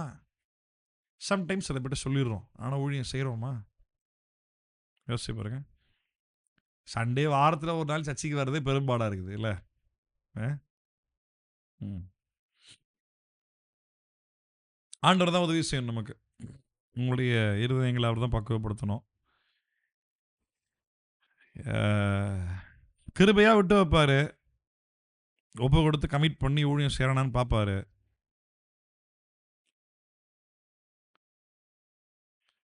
அப்படி செய்யாத பட்சத்தில் வெயிட் பண்ணி பார்ப்பார், வெயிட் பண்ணுவார். சரி, போ சுத்து ஆடு, வா செய் அப்படின்னு வெயிட் பண்ணுவார். ஒரு பாயிண்ட்டுக்கு மேலே நீ கர்த்தருக்காக கமிட் பண்ணி நீ முழுசாக வராமல், ஏதோ டைம் கிடைச்சப்போ, வாய்ப்பு கிடைச்சப்போ நான் சும்மா அப்படியே பண்ணேன் அப்படின்னு இருக்க பத்தியா, ஆக்சுவலாக என்ன பண்ணுவார் தெரியுமா? அவர் சொல்றாரு, டே நீ மரியாதையை வேலையை செய்யறான்றாரு. நீ இதை வந்துட்டு ஏதோ டைம் கிடைச்சப்போ செய்கிற, மற்ற நேரங்களில் மற்ற வேலைகள் செய்வதில் உனக்கு டைம் போயிருதில்ல. அப்போ ஆக்சுவலாக தான் பண்ணுவார், அவருடைய ஊழியத்தை செய்யாமல் மற்ற காரியங்கள் எதுலெல்லாம் நீ ஈடுபடுறியோ அது எல்லாத்தையுமே மொத்தமாக லைஃப்ல கட் பண்ணிடுவார். நீ நடக்கலைன்னா நான் ஊழியக்காரனே கிடையாது, ஞாபகத்தில் வச்சுக்கோ. இது நடக்கலைன்னா நான் நான் நான் நான் தேவனுடைய ஊழியனே கிடையாது. மொத்தமாக கட் பண்ணுவார். தனிமையாக நிற்ப, அழுது புலம்பி ஒப்பு கொடுத்து. எனக்கு நடந்தது, பவுலுக்கு நடந்தது, நிறைய ஊழியக்காரர்கள் நடந்தது, உங்களுக்கு நடக்கும். ஏன்னா நான் பலமுறை சொல்லிட்டேன், நான் வந்துட்டு விசுவாசிக்காக ஆளை சேர்க்கறதுக்காக நான் சபை நடத்தலை. ஒரு டீம் ஆஃப் ஊழியர்களை உருவாக்கணும்னு நான் பிரயாசப்பட்டு இருக்கேன். ஆனால் அந்த டீம் ஆஃப் ஊழியர்கள் டெய்லி சாப்பிடணும், டெய்லி வேலைக்கு போகணும், டெய்லி தூங்கணும், பொண்டாட்டி பிள்ளையை பார்க்கணும், ஃபேமிலி இருக்குன்ற காரணத்துக்காக படிக்கிறேன், ஸ்கூலுக்கு போகிறேன், காலேஜுக்கு போகிறேன், வேலைக்கு போகிறேன்ற காரணத்தால் என்ன பண்ணிடுறீங்க? ஆண்டவரும் பார்ப்பார், ஓ இதில் தான் பிஸியாகிறியாப்பா, மொத்தமாக கட் பண்ணுறார். என்ன பண்ணுவேன்? பாஸ்டர் வேலை போச்சு, ஜோம் பண்ணுங்க பாஸ்டர். இப்போயே சொல்லிடுறேன், சத்தியமாக ஜோம் பண்ண மாட்டேன். அவர் கட் பண்ணிட்டாருன்னா நான் ஏன் வந்து ஜோம் பண்ணிருக்க போகிறேன்?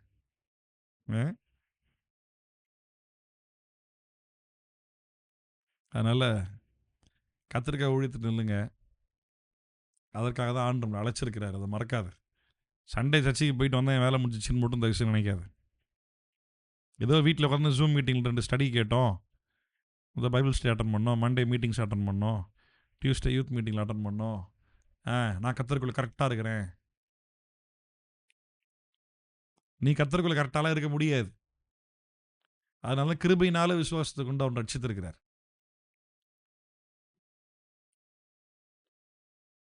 நீ கர்த்தருக்குள்ளே கரெக்டாக இருக்கணும்னு உனக்கு தோணுச்சுன்னா போய் ஆத்மதயம் பண்ணு, சுவிசேஷம் சொல்லு, எல்லார்ட்டையும் போய் இயேசுவை பற்றி பேசு. ஆமாம், ஏதோ கடமைக்காக சொன்னேன்னு இல்லை, நீ சொல்கிற மெத்தட்லேயே வந்துட்டு உன் ஆத்ம பாரம், அந்த தாகம் ஏதாவது ஒரு விதத்தில் வந்துட்டு உன்னை அந்த ஆத்மாவை ரட்சிக்கப்பட வச்சு ஆண்டவர்களை கொண்டு வந்துடும். நான் உட்காந்து இங்கே உட்காந்துன்னு எப்படியெல்லாம் காஸ்பிள் சொல்லலாம், இந்த மாதிரி ஆள்கிட்ட அப்படி சொல்லலாம், அந்த மாதிரி நபர்னா நீங்கள் அப்படி சொல்லக்கூடாது, இப்படி தான் சொல்லணும், இதெல்லாம் நான் அவன் சொல்லிலாம் தர தேவையில்லை. கர்த்தருடைய வேதாகமத்தினுடைய சத்தியத்தை, உபதேசத்தை அந்த மீனிங்கில் இல்லை, இப்படி தான் வசனம் சொல்லுதுன்னு சொல்லி தரலாம். சுவிசேஷத்தை பற்றி என்ன இருக்கு உனக்கு சொல்லி தரத்துக்கு? நான் இப்படி தான் சொல்லணும், பொறுமையாக தான் சொல்லணும், இந்த நபர்கிட்ட எடுத்தோன்னு சொல்லிடலாம், அந்த நபர்கிட்ட மெதுவாக வச்சு அப்புறமா சொல்லிக்கலாம், இப்படி தான் ஃபாலோ. இது உனக்கு ஆத்ம பாரம் இருந்ததுன்னா ஆவியானவர் இவனு சொல்லி தருவார், அந்தந்த மொமெண்ட்டில் உனக்கு உணர்த்துவார், நீயாவே சொல்லிடுவேன். அது நீ பழகி போனதோ பழக்க தோஷத்தில் சொல்கிற மாதிரிலாம் இருக்காது. ஒரு முறை வேறு வேறு மாதிரி இருக்கும், ஒரு முறை வித்தியாசமாக சொல்லுவேன். அப்படின்னா ஒரே காஸ்பிள் தான், நீ சொல்லக்கூடிய, நீ அப்ரோச் பண்ணக்கூடிய மெத்தட் வேறு மாதிரி இருக்கும். ஒரு நபர்கிட்டையும் ஒரு மாதிரி இருக்கும், வித்தியாசமாக இருக்கும். எனக்கு அந்த அனுபவம் இன்றைக்கும் இருக்குது, இப்பவும் இருக்குது. இப்போவும் ஒருத்தர்கிட்டே சொல்லும் போது இப்பவும் இருக்குது எனக்கு. இப்பவும் ஆண்டவர் நடத்துகிறார். அதனால் நம்ம அப்போஸ்தலர் நடவடிக்கைகள் தொடர்ந்து பார்க்க போகிறோம். நான் விசுவாசிக்கிறேன், இந்த 28 அதிகாரங்கள் முடிக்கும் போது இதில் பலரும் ஊழியத்துக்கு வந்திருப்பீங்கன்னு விசுவாசிக்கிறேன். இன்னும் பயங்கரமாக ஆண்டவருக்கா நீங்கள் செயல்பட உங்களுடைய முழு நேரத்தை நீங்கள் கொடுத்துருப்பீங்கன்னு விசுவாசிக்கிறேன். ஜெபிக்கலாம். பிதாவே, நாங்கள் நன்றியோடு துதிக்கிறோம். நான் ஜெபிக்கிறோம்ப்பா இயேசுவின் நாமத்தில். ஆண்டவர், இந்த நாளில் நாங்கள் உங்களுடைய ஊழியக்காரனாகிய லூக்கா எழுதிய இந்த அப்போஸ்தல நடவடிக்கைகள், ஆவியானவர் அப்போஸ்தலர்களை கொண்டு எப்படியெல்லாம் நடத்தினார், என்னெல்லாம் செய்தார், அதை பற்றி கர்த்தாவே நாங்கள் படிக்க ஆரம்பிச்சிருக்கிறோம், வாசிக்க ஆரம்பிச்சிருக்கிறோம்.